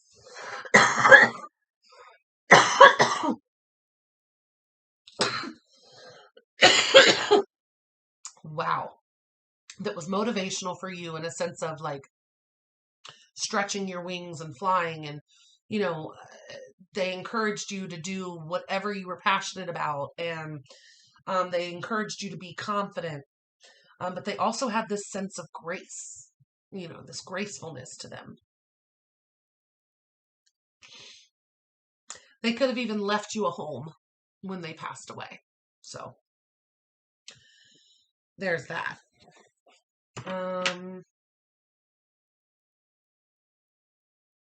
Okay. So, Queen of Fire, what message do you have then? What message do you have for Scorpio? That was way too much at once. Although I got innocence and participation, which I'm going to see. Please clearly, clearly, what is the message that you have for Scorpio?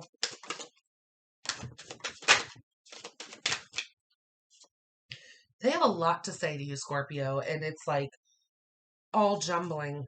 But let's see. Flowering and past lives.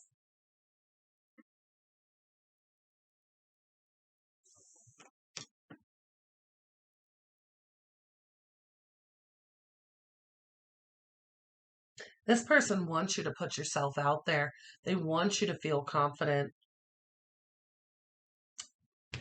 Scorpio, you may not actually know this person from your past in this lifetime.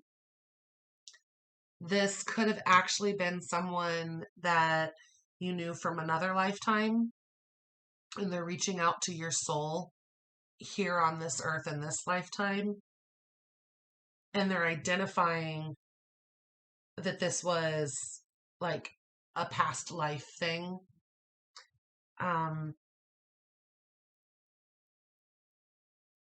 They want to see you confident, though. Like, that is clear. They want to see you assert yourself and be independent and allow yourself to show your creativity, allow yourself to flower. Maybe you had done that in a past life, and then in this lifetime, maybe there's something that had held you back from doing that. And so they remember you as someone that did do that. And now they're seeing you struggle with it. There could also be something in your past lives, that is keeping you from spreading your wings in this lifetime. It's like a blockage that you haven't healed still.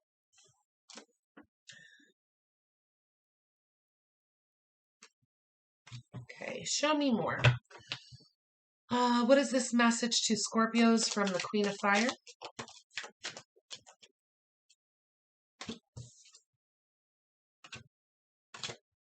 Innocence came out again. Bottom of the deck, letting go.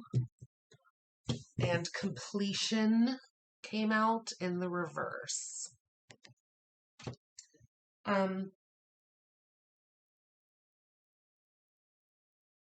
This could be about letting your inner child out, like this innocence, letting that out, letting yourself just kind of like, with that aspect of stretching your wings and flying, I also think of that aspect of like going where the wind takes you kind of thing, right? Just wherever the wind blows. And it seems like something that goes hand in hand with this innocence card. Now, mind you, that's come out twice now for the message, so it was definitely meant to be here.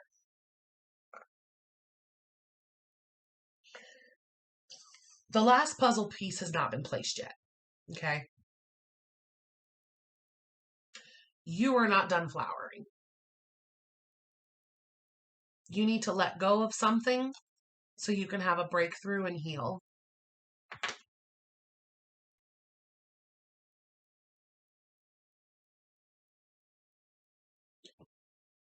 Someone it might feel to you in this lifetime that someone in your past may have stolen a piece of your innocence, or that you were misled due to your naivety or your innocence at the time. So you may have shut down part of that to put up this more rigid, mysterious image, this block so that you're not taken advantage of again. But it's really actually that in itself is a blockage that you need to let go of, because you have learned a lot. You're not the same person you've always been, right? You've changed. You've learned from some of these experiences, and it's not over yet, right? Completion in the reverse. So look at that in the upright. The last piece hasn't been placed yet. You're putting the last piece on this card for completion, but you got it in the reverse. So maybe you haven't found the last piece of the puzzle yet because you haven't let go of something. And that might have been someone taking advantage of you in an innocent, vulnerable state. And you need to still heal from that.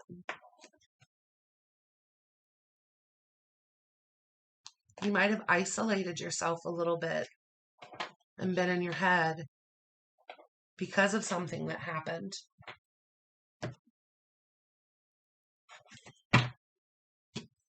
Okay. So tell me, what's the missing piece, please?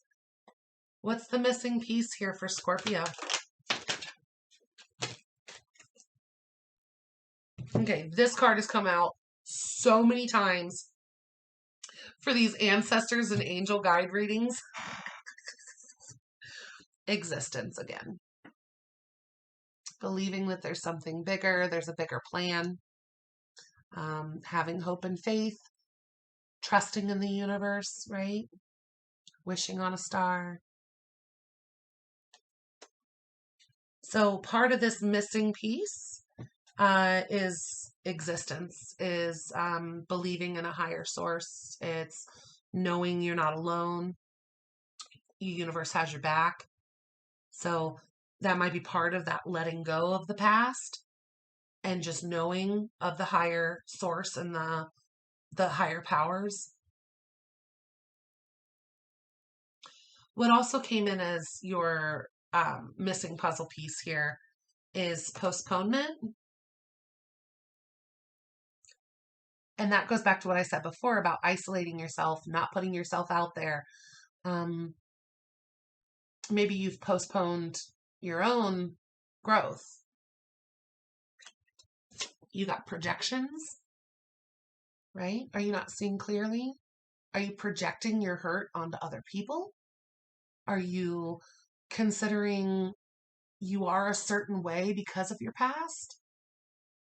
Are you bringing your past with you instead of just letting it go and learning from it? And then you got possibilities, which is balance to make a decision to move forward. So the missing piece is your own refusal to move forward, your own refusal to let go of something. The maturity is on the bottom. Maturity. Find that very interesting since innocence came up twice. And then we're asking what the missing piece is, and they said maturity. Have you not let yourself move on from something that happened when you were younger and you're holding on to it and you haven't learned the lesson enough to see that, you know, everything that has happened, even if it wasn't right, even if it'll never be right, the universe is working for you. You know, you are not alone. And this incident was supposed to help you in some way to flower and to mature, to have this rebirth. But the missing piece here is your own level of postponement, projections, and not just grabbing that wand to move forward in the direction that's going to suit you. Okay. Anything else? Anything else for Scorpio on this message? Anything else for Scorpio on this message from the Queen of Fire?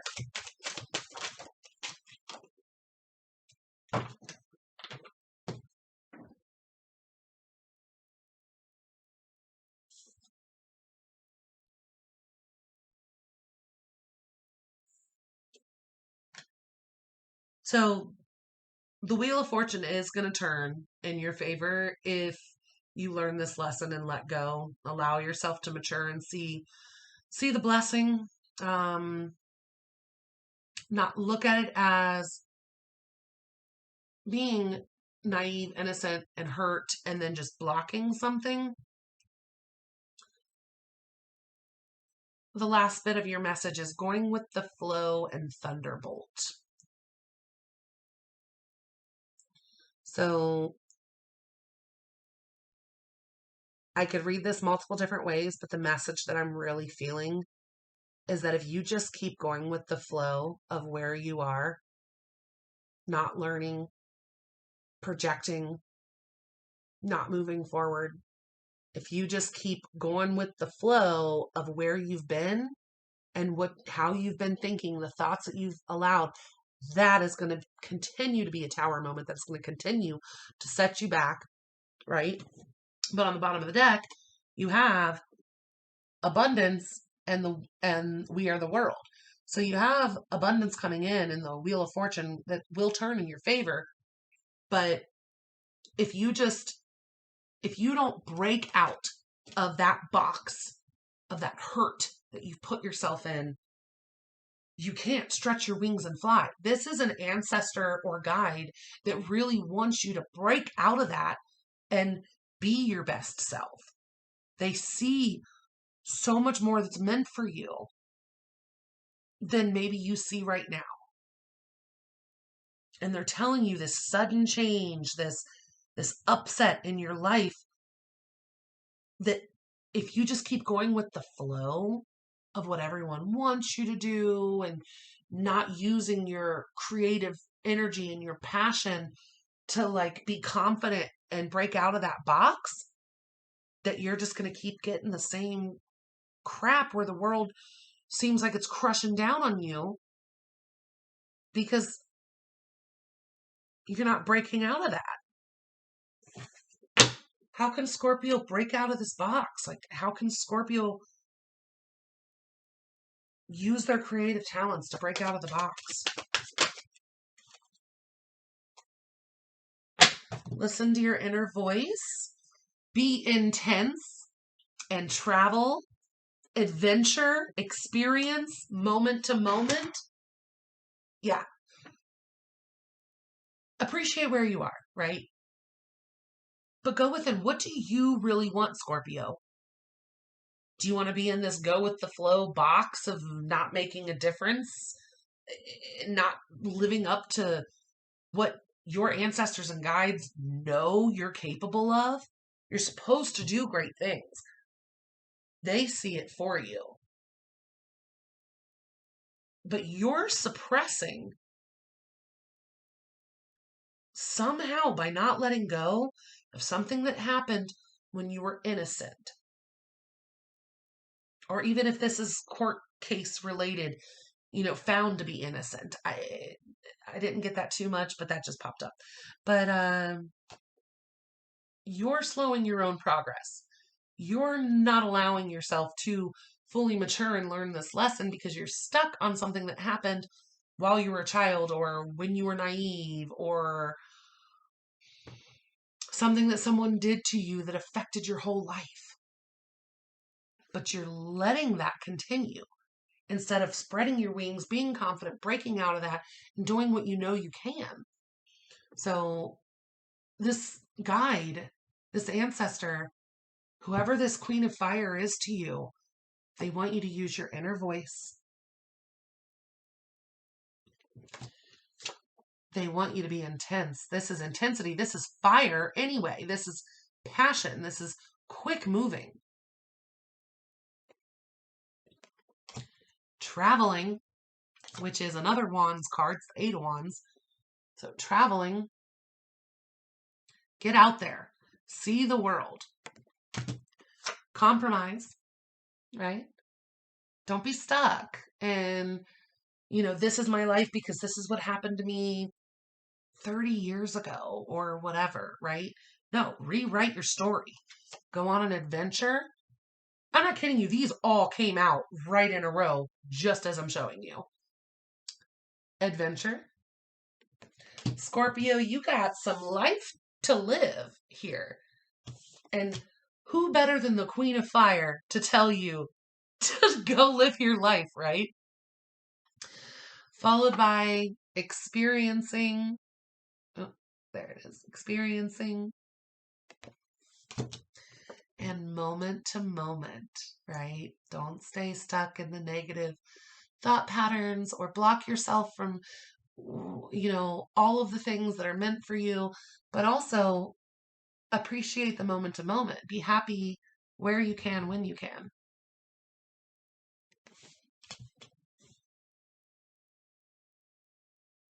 Stop and smell the roses, but also go take a look at the cherry blossoms in Japan. Like, do you know what I'm saying? Like, enjoy your current atmosphere and then go explore, right? Because you have a lot more to share with the world.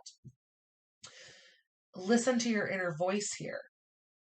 You're definitely supposed to be going on an adventure or traveling, experiencing something, doing something intense.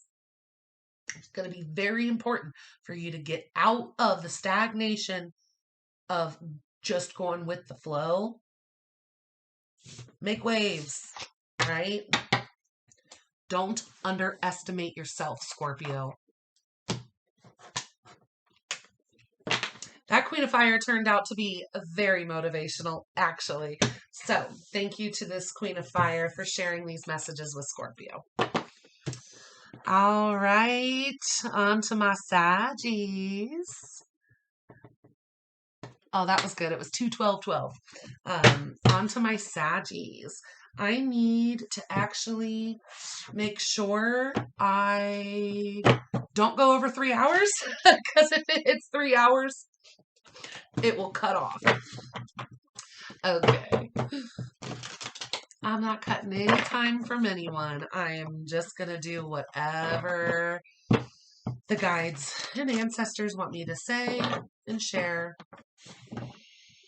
And if it gets cut off, it gets cut off, right? There'll be some other separate video with like 1 or 2 signs on it. I've had that happen before. It gets less views, but whatever. I'm here for the messages. I'm here to help in the way I'm supposed to, right? Please make sure to like, share, comment, and subscribe, you guys. I really appreciate that. Who's got a message here for Sagittarius? Ancestors and guides. Who's given a message to Sagittarius?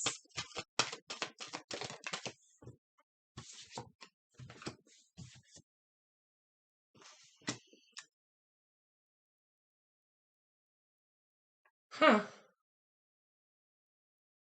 So, Saggy, you got 3 of water in the reverse.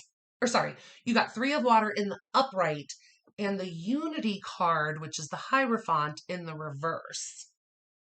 So it almost kind of feels like a non-traditional friend, right?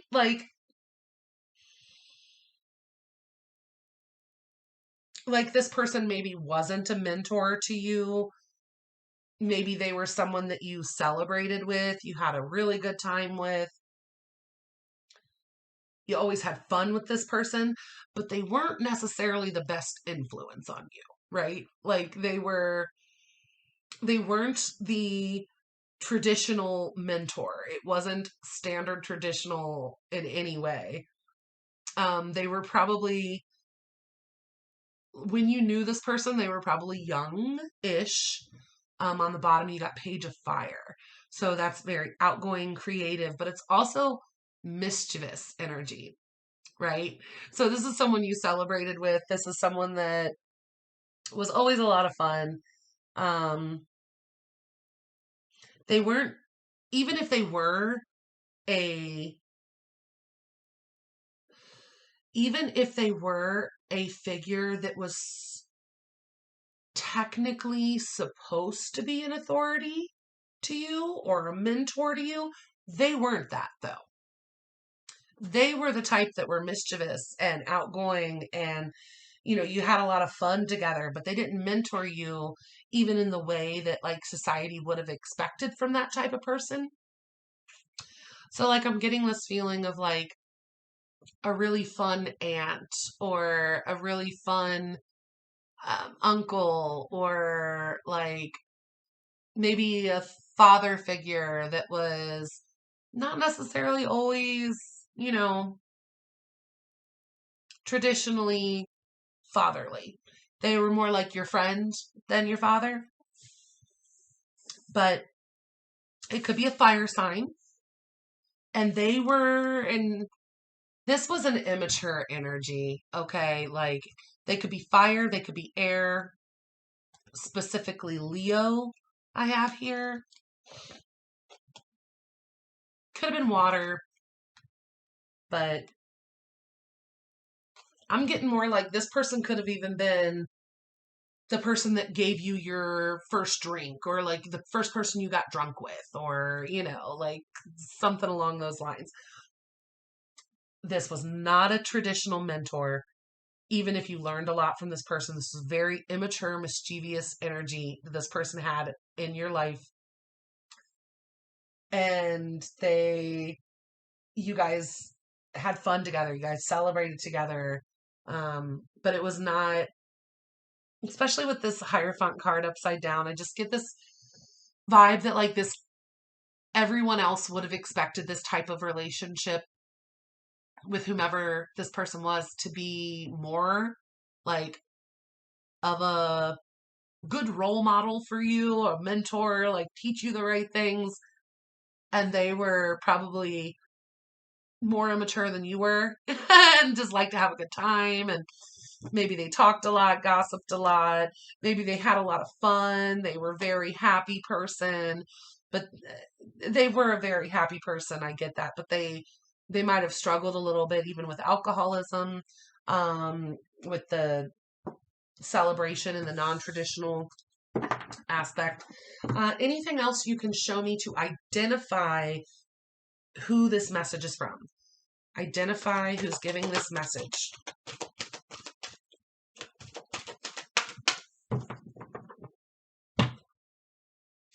Okay. It might have been a water sign. You got 10 of water. So this is someone you had a lot of fun with. You had a really trustworthy relationship with them. Your emotional and your material needs may have been met, even if this person was actually a bad influence on you and you guys, were, especially if it was like a parent or a guardian type relationship where it's like you never really saw them as like a typical standard, parent or guardian.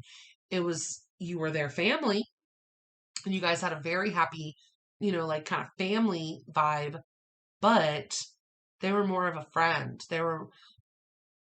You could trust this person and you partied with this person, and this person maybe got you into trouble, from time to time. Okay. What message does this person have for Sagittarius? What does this fun-loving, mischievous person want to tell my Saggy these days? What's the message for Sag?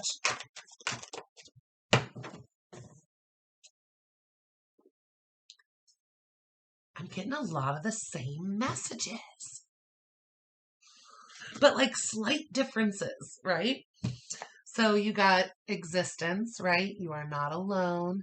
This would make sense to come out anyway in a spiritual guide and ancestor reading, because what's the first thing you need to know is that you're not alone, right? They're with you. They're looking out for you. Lots of people are looking out for you. Lots of energies. The whole universe has your back, right? So this level of existence, hope and faith, just it's more than just you. You are one small piece of a huge puzzle. Then you got inner voice.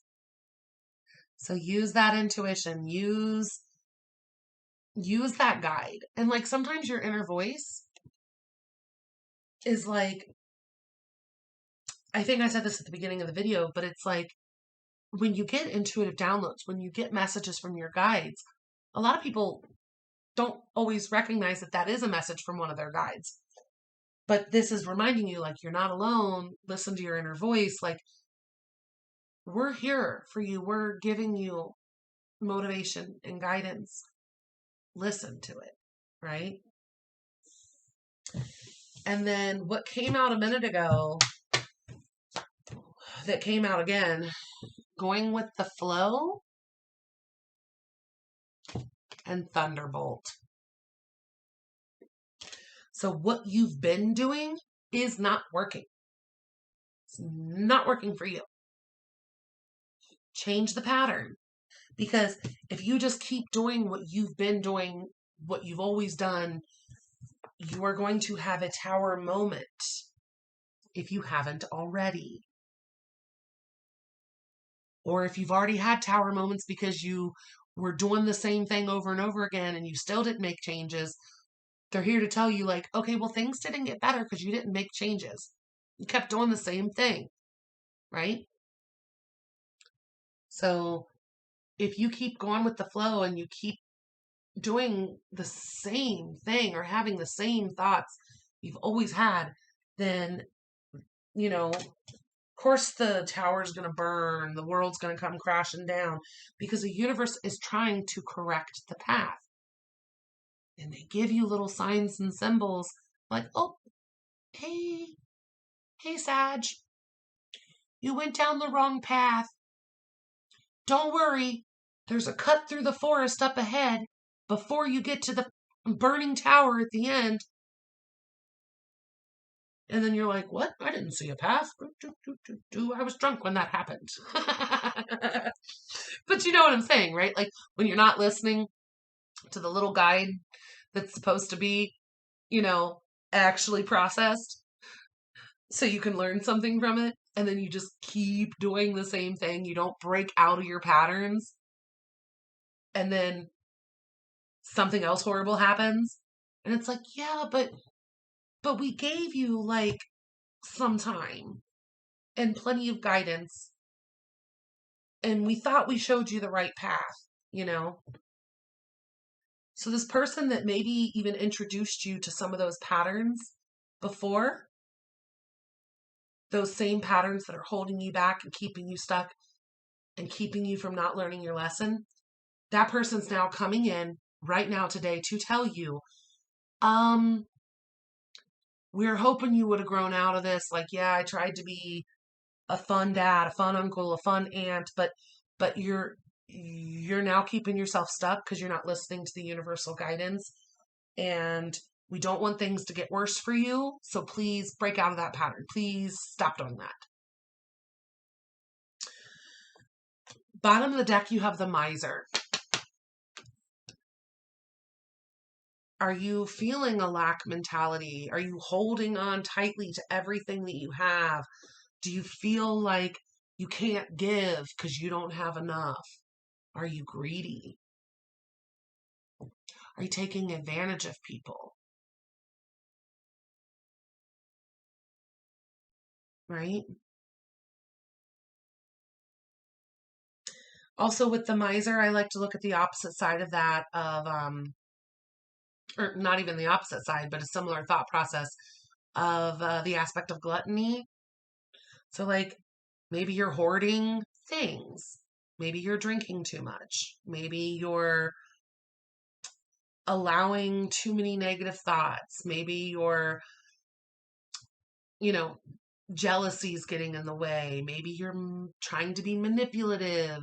And this universal guide, this ancestor is coming in to be like, quit it. We love you. This got out of hand. Don't give up. But also have the courage to make changes and to believe in yourself enough to know that you can make these changes.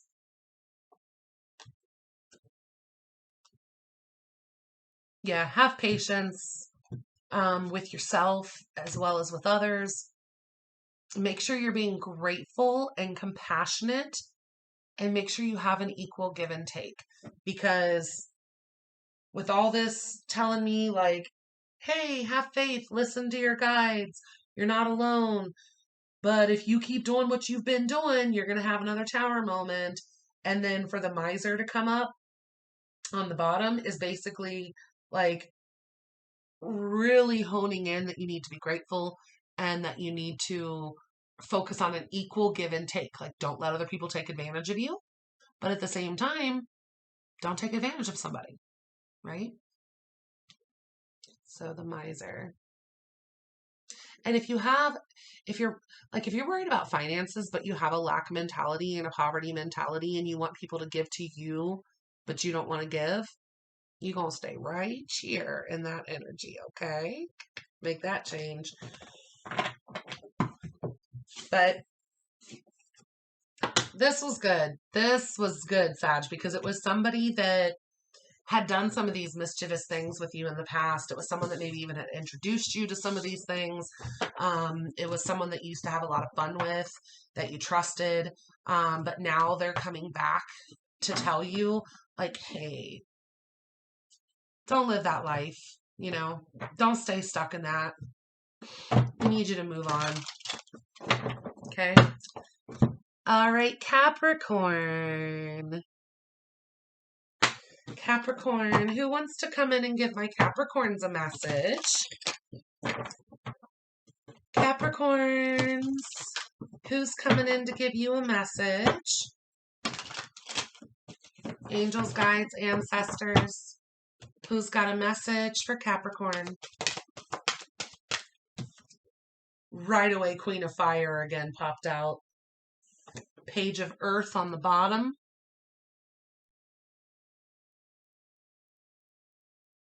Okay.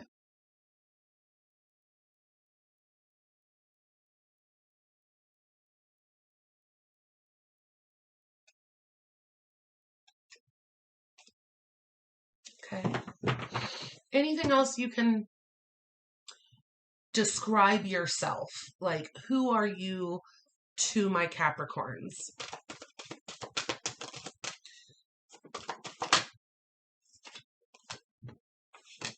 Two of air.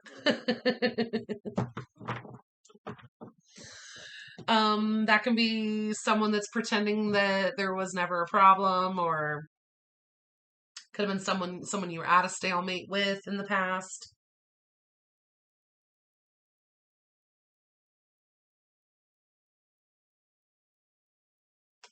Okay. Anything else that you can use as a description to show me who you are? Who is this message from? The Hermit. So it could also be a Virgo. The Hermit is a spiritual teacher, though, right? And it's about self-discovery. So, then you have the King of Water on the bottom with the Awakening card right underneath that.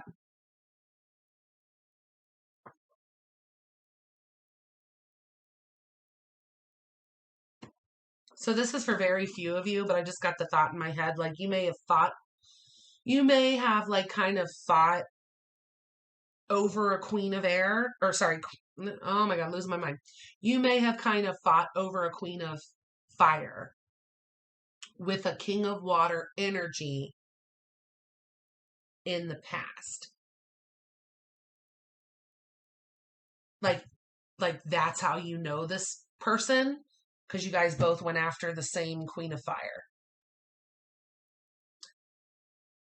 That's something was coming through there for that. But for most of you, this is Queen of Fire energy that's coming through to speak to you, to give you a message.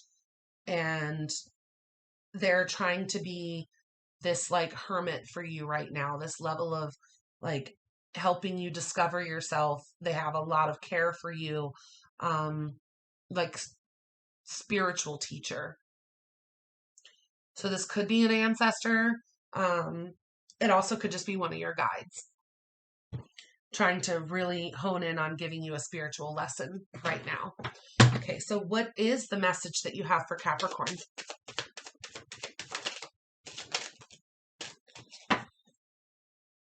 What's the message you have for Capricorn? The miser came out again.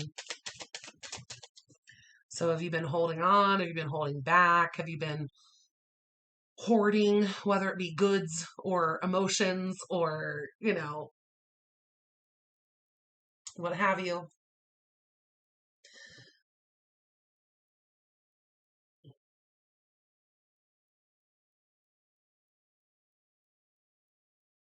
Sorry, I just got a message about like one of your guides that is very confident, right? The Queen of Fire is trying to tell you to get out, to give more, to be more like charitable. Like use your internal knowledge. Use that quiet time that you've had with self-discovery to then go out and make a freaking difference. Because, and especially if I'm speaking to people that are already very abundant or well off, right? Part of your path that your guides may be trying to tell you is that if you're hoarding it, if you're not helping other people, that like you're not doing exactly what they wanted you to do with the abundance they gave you. Right? Okay. Messages from the Queen of Fire to my Capricorn.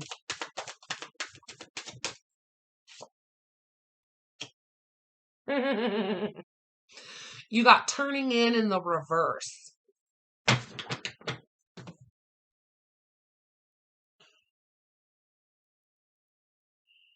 So they're telling you, one, that you're not actually listening completely to your intuition.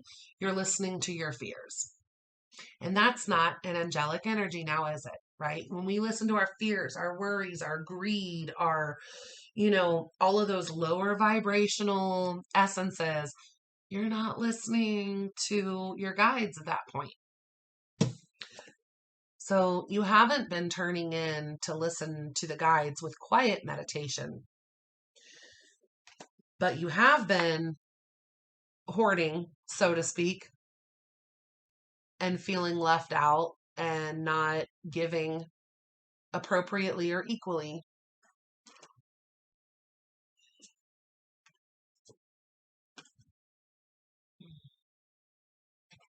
What does this guide want? What does this guide want Capricorn to do? What does this guide want Capricorn to do? You got the we are the world card, which is allow the wheel of fortune to turn, allow things to happen in divine timing. You got abundance on the bottom, followed by comparison. So be grateful for everything you have, right? Okay, I'm going to use an example. All right. Let's say I have, a beat up old Chevrolet Cavalier. I did used to have one of those. And let's say it runs, it gets me from point A to point B, and it may not be the flashiest thing on the road, but I am grateful for it, right?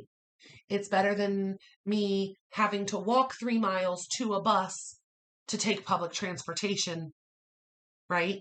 It's better than me having a heat stroke while having to ride a bike or walk in sweltering heat, right? Be grateful for where you are and what you have and know that you are already abundant. Let destiny happen. Let the wheel of fortune turn. If you're given abundance, you can't be given any more abundance in a miserly state. So if you've already gotten abundance and you're just not being grateful and you're hoarding and holding on to things, That's part of this like aspect of them telling you to use your intuition to see who you're supposed to truly be helping, what you're really supposed to be doing with this abundance that you were given. And to get out there and actually not only be grateful for what you have, but be compassionate and charitable. On the other hand, I'm getting this level of this message of you're not allowing more abundance to come in because you already feel lack. You already feel like, well, I don't have the height that the oak tree does in this comparison card, right? And the oak tree's like, well, I'm not as thin as the bamboo, right? You're comparing yourself and still feeling like you're at a lack and you don't have enough, but they're telling you like, just be grateful for what you have because, you're meant to do so much with what you have. But if you're not using your talents and your abilities to help yourself and others and to really allow the wheel of fortune to turn because you're putting blocks up at every turn, right? Like, oh, well, I've got my Chevy Cavalier, but I don't have the new Tesla. Why are you comparing? Why are you not grateful? Why are you acting miserly and lack mentality, right?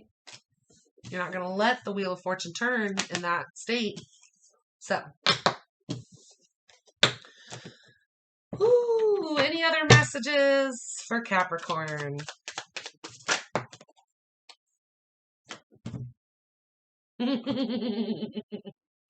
I'm laughing because you got transformation. So change the way you're thinking about that. This is a spiritual transformation. Transformation.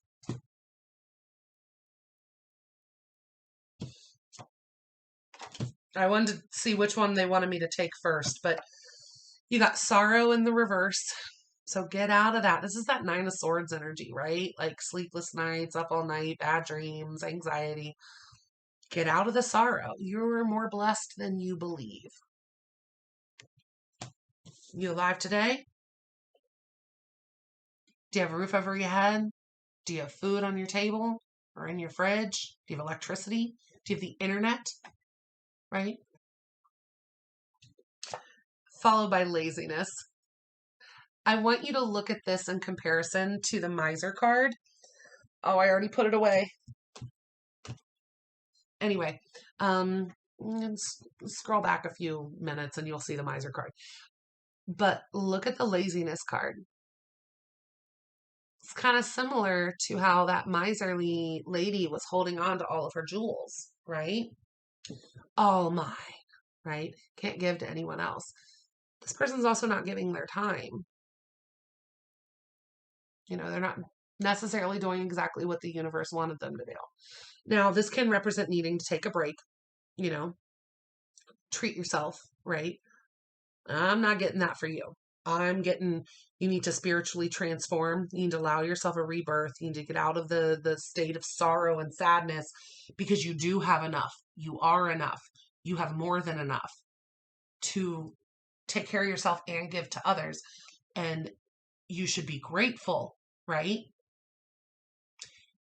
If you sit in an energy of, I just want everything and I'm doing pretty well right now, so I'm just going to hold on to everything I have and not give to anyone else, and I'm not going to use my gifts that I got this lifetime to share with others.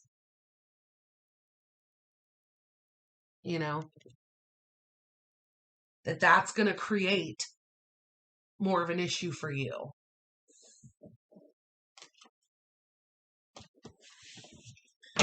But they don't want you to feel if you've been feeling ungrateful or not enough or comparing yourself or not able to have an equal give and take and compassion and gratitude for others because you still feel like you don't have enough, but yet you're over here lounging like with your drink in your hand, like the lady, she had all of her jewels, but yet she acted like she had nothing. So be grateful for what you have and get out of that energy of sorrow, or I hate saying this, but pity party. Okay. Aquarius. Come on, my Aquarians. Who has a message for Aquarius? Ancestors, angels, and guides. Who has a message for Aquarius? Who has a message for Aquarius? Four of Earth with the High Priestess on the bottom.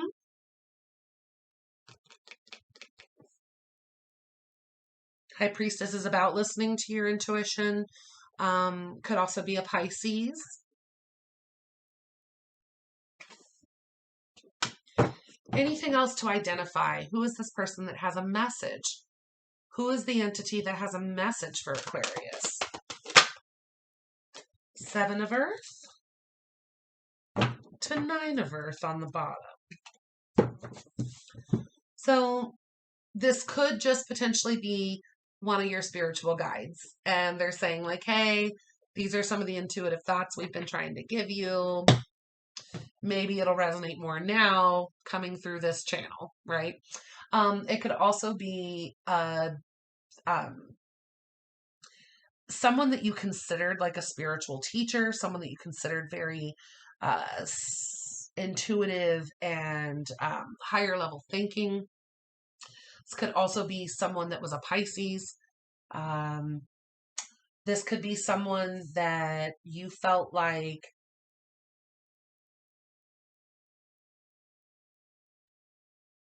this could be someone that invested a lot in other people.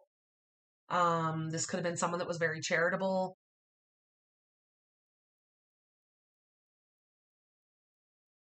This could have been someone that had unnecessary worries. Any other descriptors for who's this message from?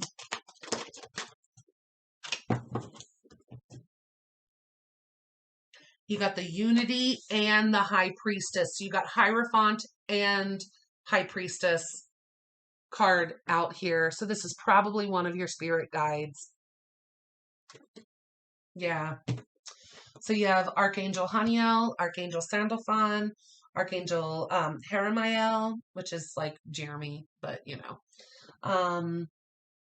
That's on the renewal card that popped out with that too. Renewal is also about releasing judgments. But this seems like a guide of yours, Aquarius, but it could have been a Taurus or a Pisces. Could be masculine or feminine. I see both here, but this seems like it's more of just a message from your spirit guides here with the way this came out with High Priestess and Unity. Okay. What message do you have for Aquarius? Oh my goodness, you got nothingness and patience. So Aquarius, even if you feel like nothing's happening right now, or it's not happening in the time frame that you would wanted it to, you know, you can kind of actually get a little bit of peace and relish in the nothingness, right? Nothingness sometimes is very necessary for our relaxation, our, you know, to calm our minds before we have a major breakthrough or a major thing come into our lives, you know, like you sometimes need the nothingness. So they're just saying nothingness and patience. So like, even if it's not happening right now, like, don't worry, it's going to happen in divine timing. Okay. And then you got harmony, courage again, right? The ability to flower and grow even through a stone wall. You got guilt. So don't allow your guilt to hold you back. That's a message for Aquarians. And playfulness. So be more playful, right? Appreciate the nothingness right now because good things are coming. And if you can take this time to actually use this time, don't feel stressed that there's nothing going on. Take the time to have this sense of harmony within yourself and the courage to thrive and the courage to put yourself out there and play. Because there'll be a time when you don't have the nothingness. Appreciate the nothingness. Bottom of the deck is flowering. So you will be thriving. You will be that beautiful daisy growing through the stone wall. So even though it's nothingness right now, your guides want you to know they have your back. Have patience. Focus on your internal peace and your internal harmony. And have the courage to feel good about yourself and to feel, those positive personal thoughts. Play, have fun, and allow things to develop in the time frame that they're supposed to. All right. I love all of you guys. We are going right on in to my Pisces. And before I forget, please make sure you like, share, comment, and subscribe to my channel. All right. Pisces. Who has a message for Pisces? Angels, spirit guides, ancestors. Who has a message for Pisces, please?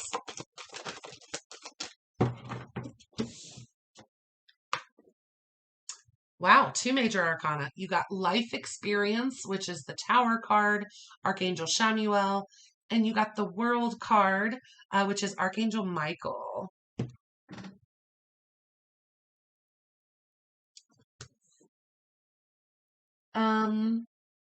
This could have been a Scorpio in your life. This could have been an Aries in your life.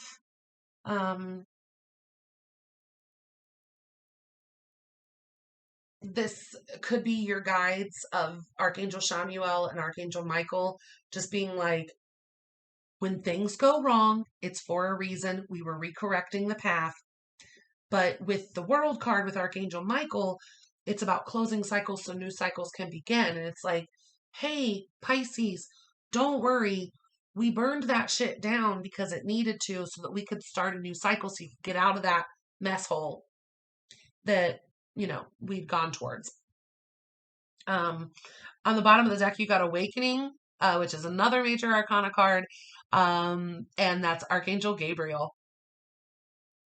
So, that temporary standstill. Oh my God, underneath that, you got the Moon, which is Archangel Haniel. And then you got the Lovers, which is Archangel Raphael. So, end of the reading here for Pisces, you literally got all the angels coming in here to give you this message. So this is something that will likely resonate with multiple Pisces, as it seems like this is a very angelic message from the actual archangels.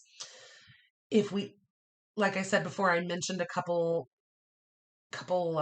signs that could have been if it is an ancestor, but I'm feeling it's archangels. Okay.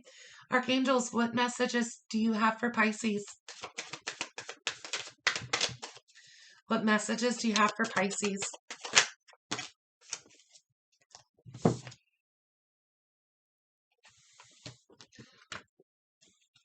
Okay. Bottom of the deck, you got the Master. Right? So I want you to think about that. And however that resonates for you, right? Are you trying to master something? Are you looking up to someone? Are you dreaming of the sense of being good enough, right? Know that you put the work in, you can master anything for yourself. But at that same time, make sure you don't feel that, you make sure you don't hold yourself back because you're feeling that need to master everything, or you're feeling that need like I'm not ready yet, because you are ready, right? You're the master. But the cards that actually came out from your archangel message was conditioning. So look at your past. Look at what you can learn from your subjective experiences. Look at, why do you feel the way you feel? Why do you think the way that you think? What experiences in your life made you come up with that response of feeling that way, thinking that way? Then you got celebration. So you might need to have more fun right now, Pisces. Go out, celebrate with friends. And new vision. So the new vision card, I'm getting like, you've been thinking a certain way for a long time, but your guides want you to actually have a little bit more fun and kind of get yourself out of the way that you used to think, because while that served you at that time, it's not necessarily serving you anymore. It's not necessarily serving you now in this lifetime. The last message they put out for you was maturity in the reverse. So this could go along with needing to have more fun, right? Like, quit being so serious, quit being so mature. You need to have more fun. You need to have that new vision to celebrate and get out of that thought process that told you you had to work yourself to the bone, or whatever it was. But the big message here that I got from maturity in the reverse is that maybe you haven't learned everything that you need to learn yet in order to master and create the life that you want, right? Because master was on the bottom.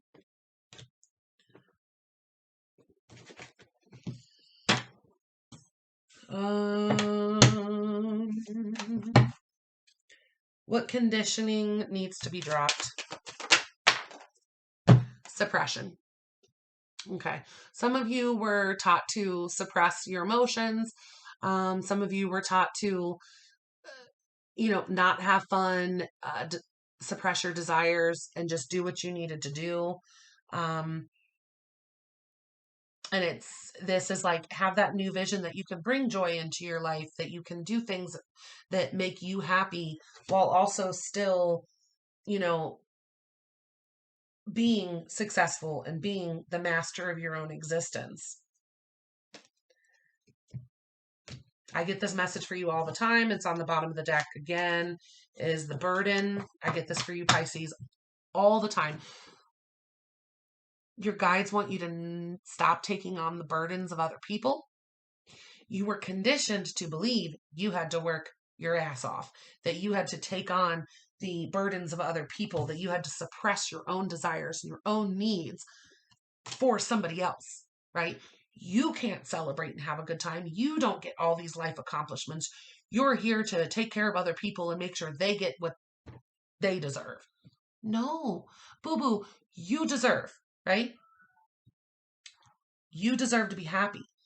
Create this new vision for yourself of allowing playfulness, of allowing yourself to express what you really want, and allow yourself to be the master of your own universe. Don't get pushed around. Don't get manipulated into taking on other people's burdens. Whoo! Clear the energy. I love all of you guys so much. Please make sure to like, share, comment, and subscribe. I appreciate you for tuning in. I hope you were able to gain a message from this reading. I only stated what came through, so I hope you guys had a spirit guide, an angel, or an ancestor come through and give you a message today. However, this was beautiful. It got teary at times. It got funny at times. I really, if you need personal readings, please make sure to reach out. You can email me. It's in the description box below. But good luck, everyone. And I love you dearly. And go do something good for yourself and for the world. Bye.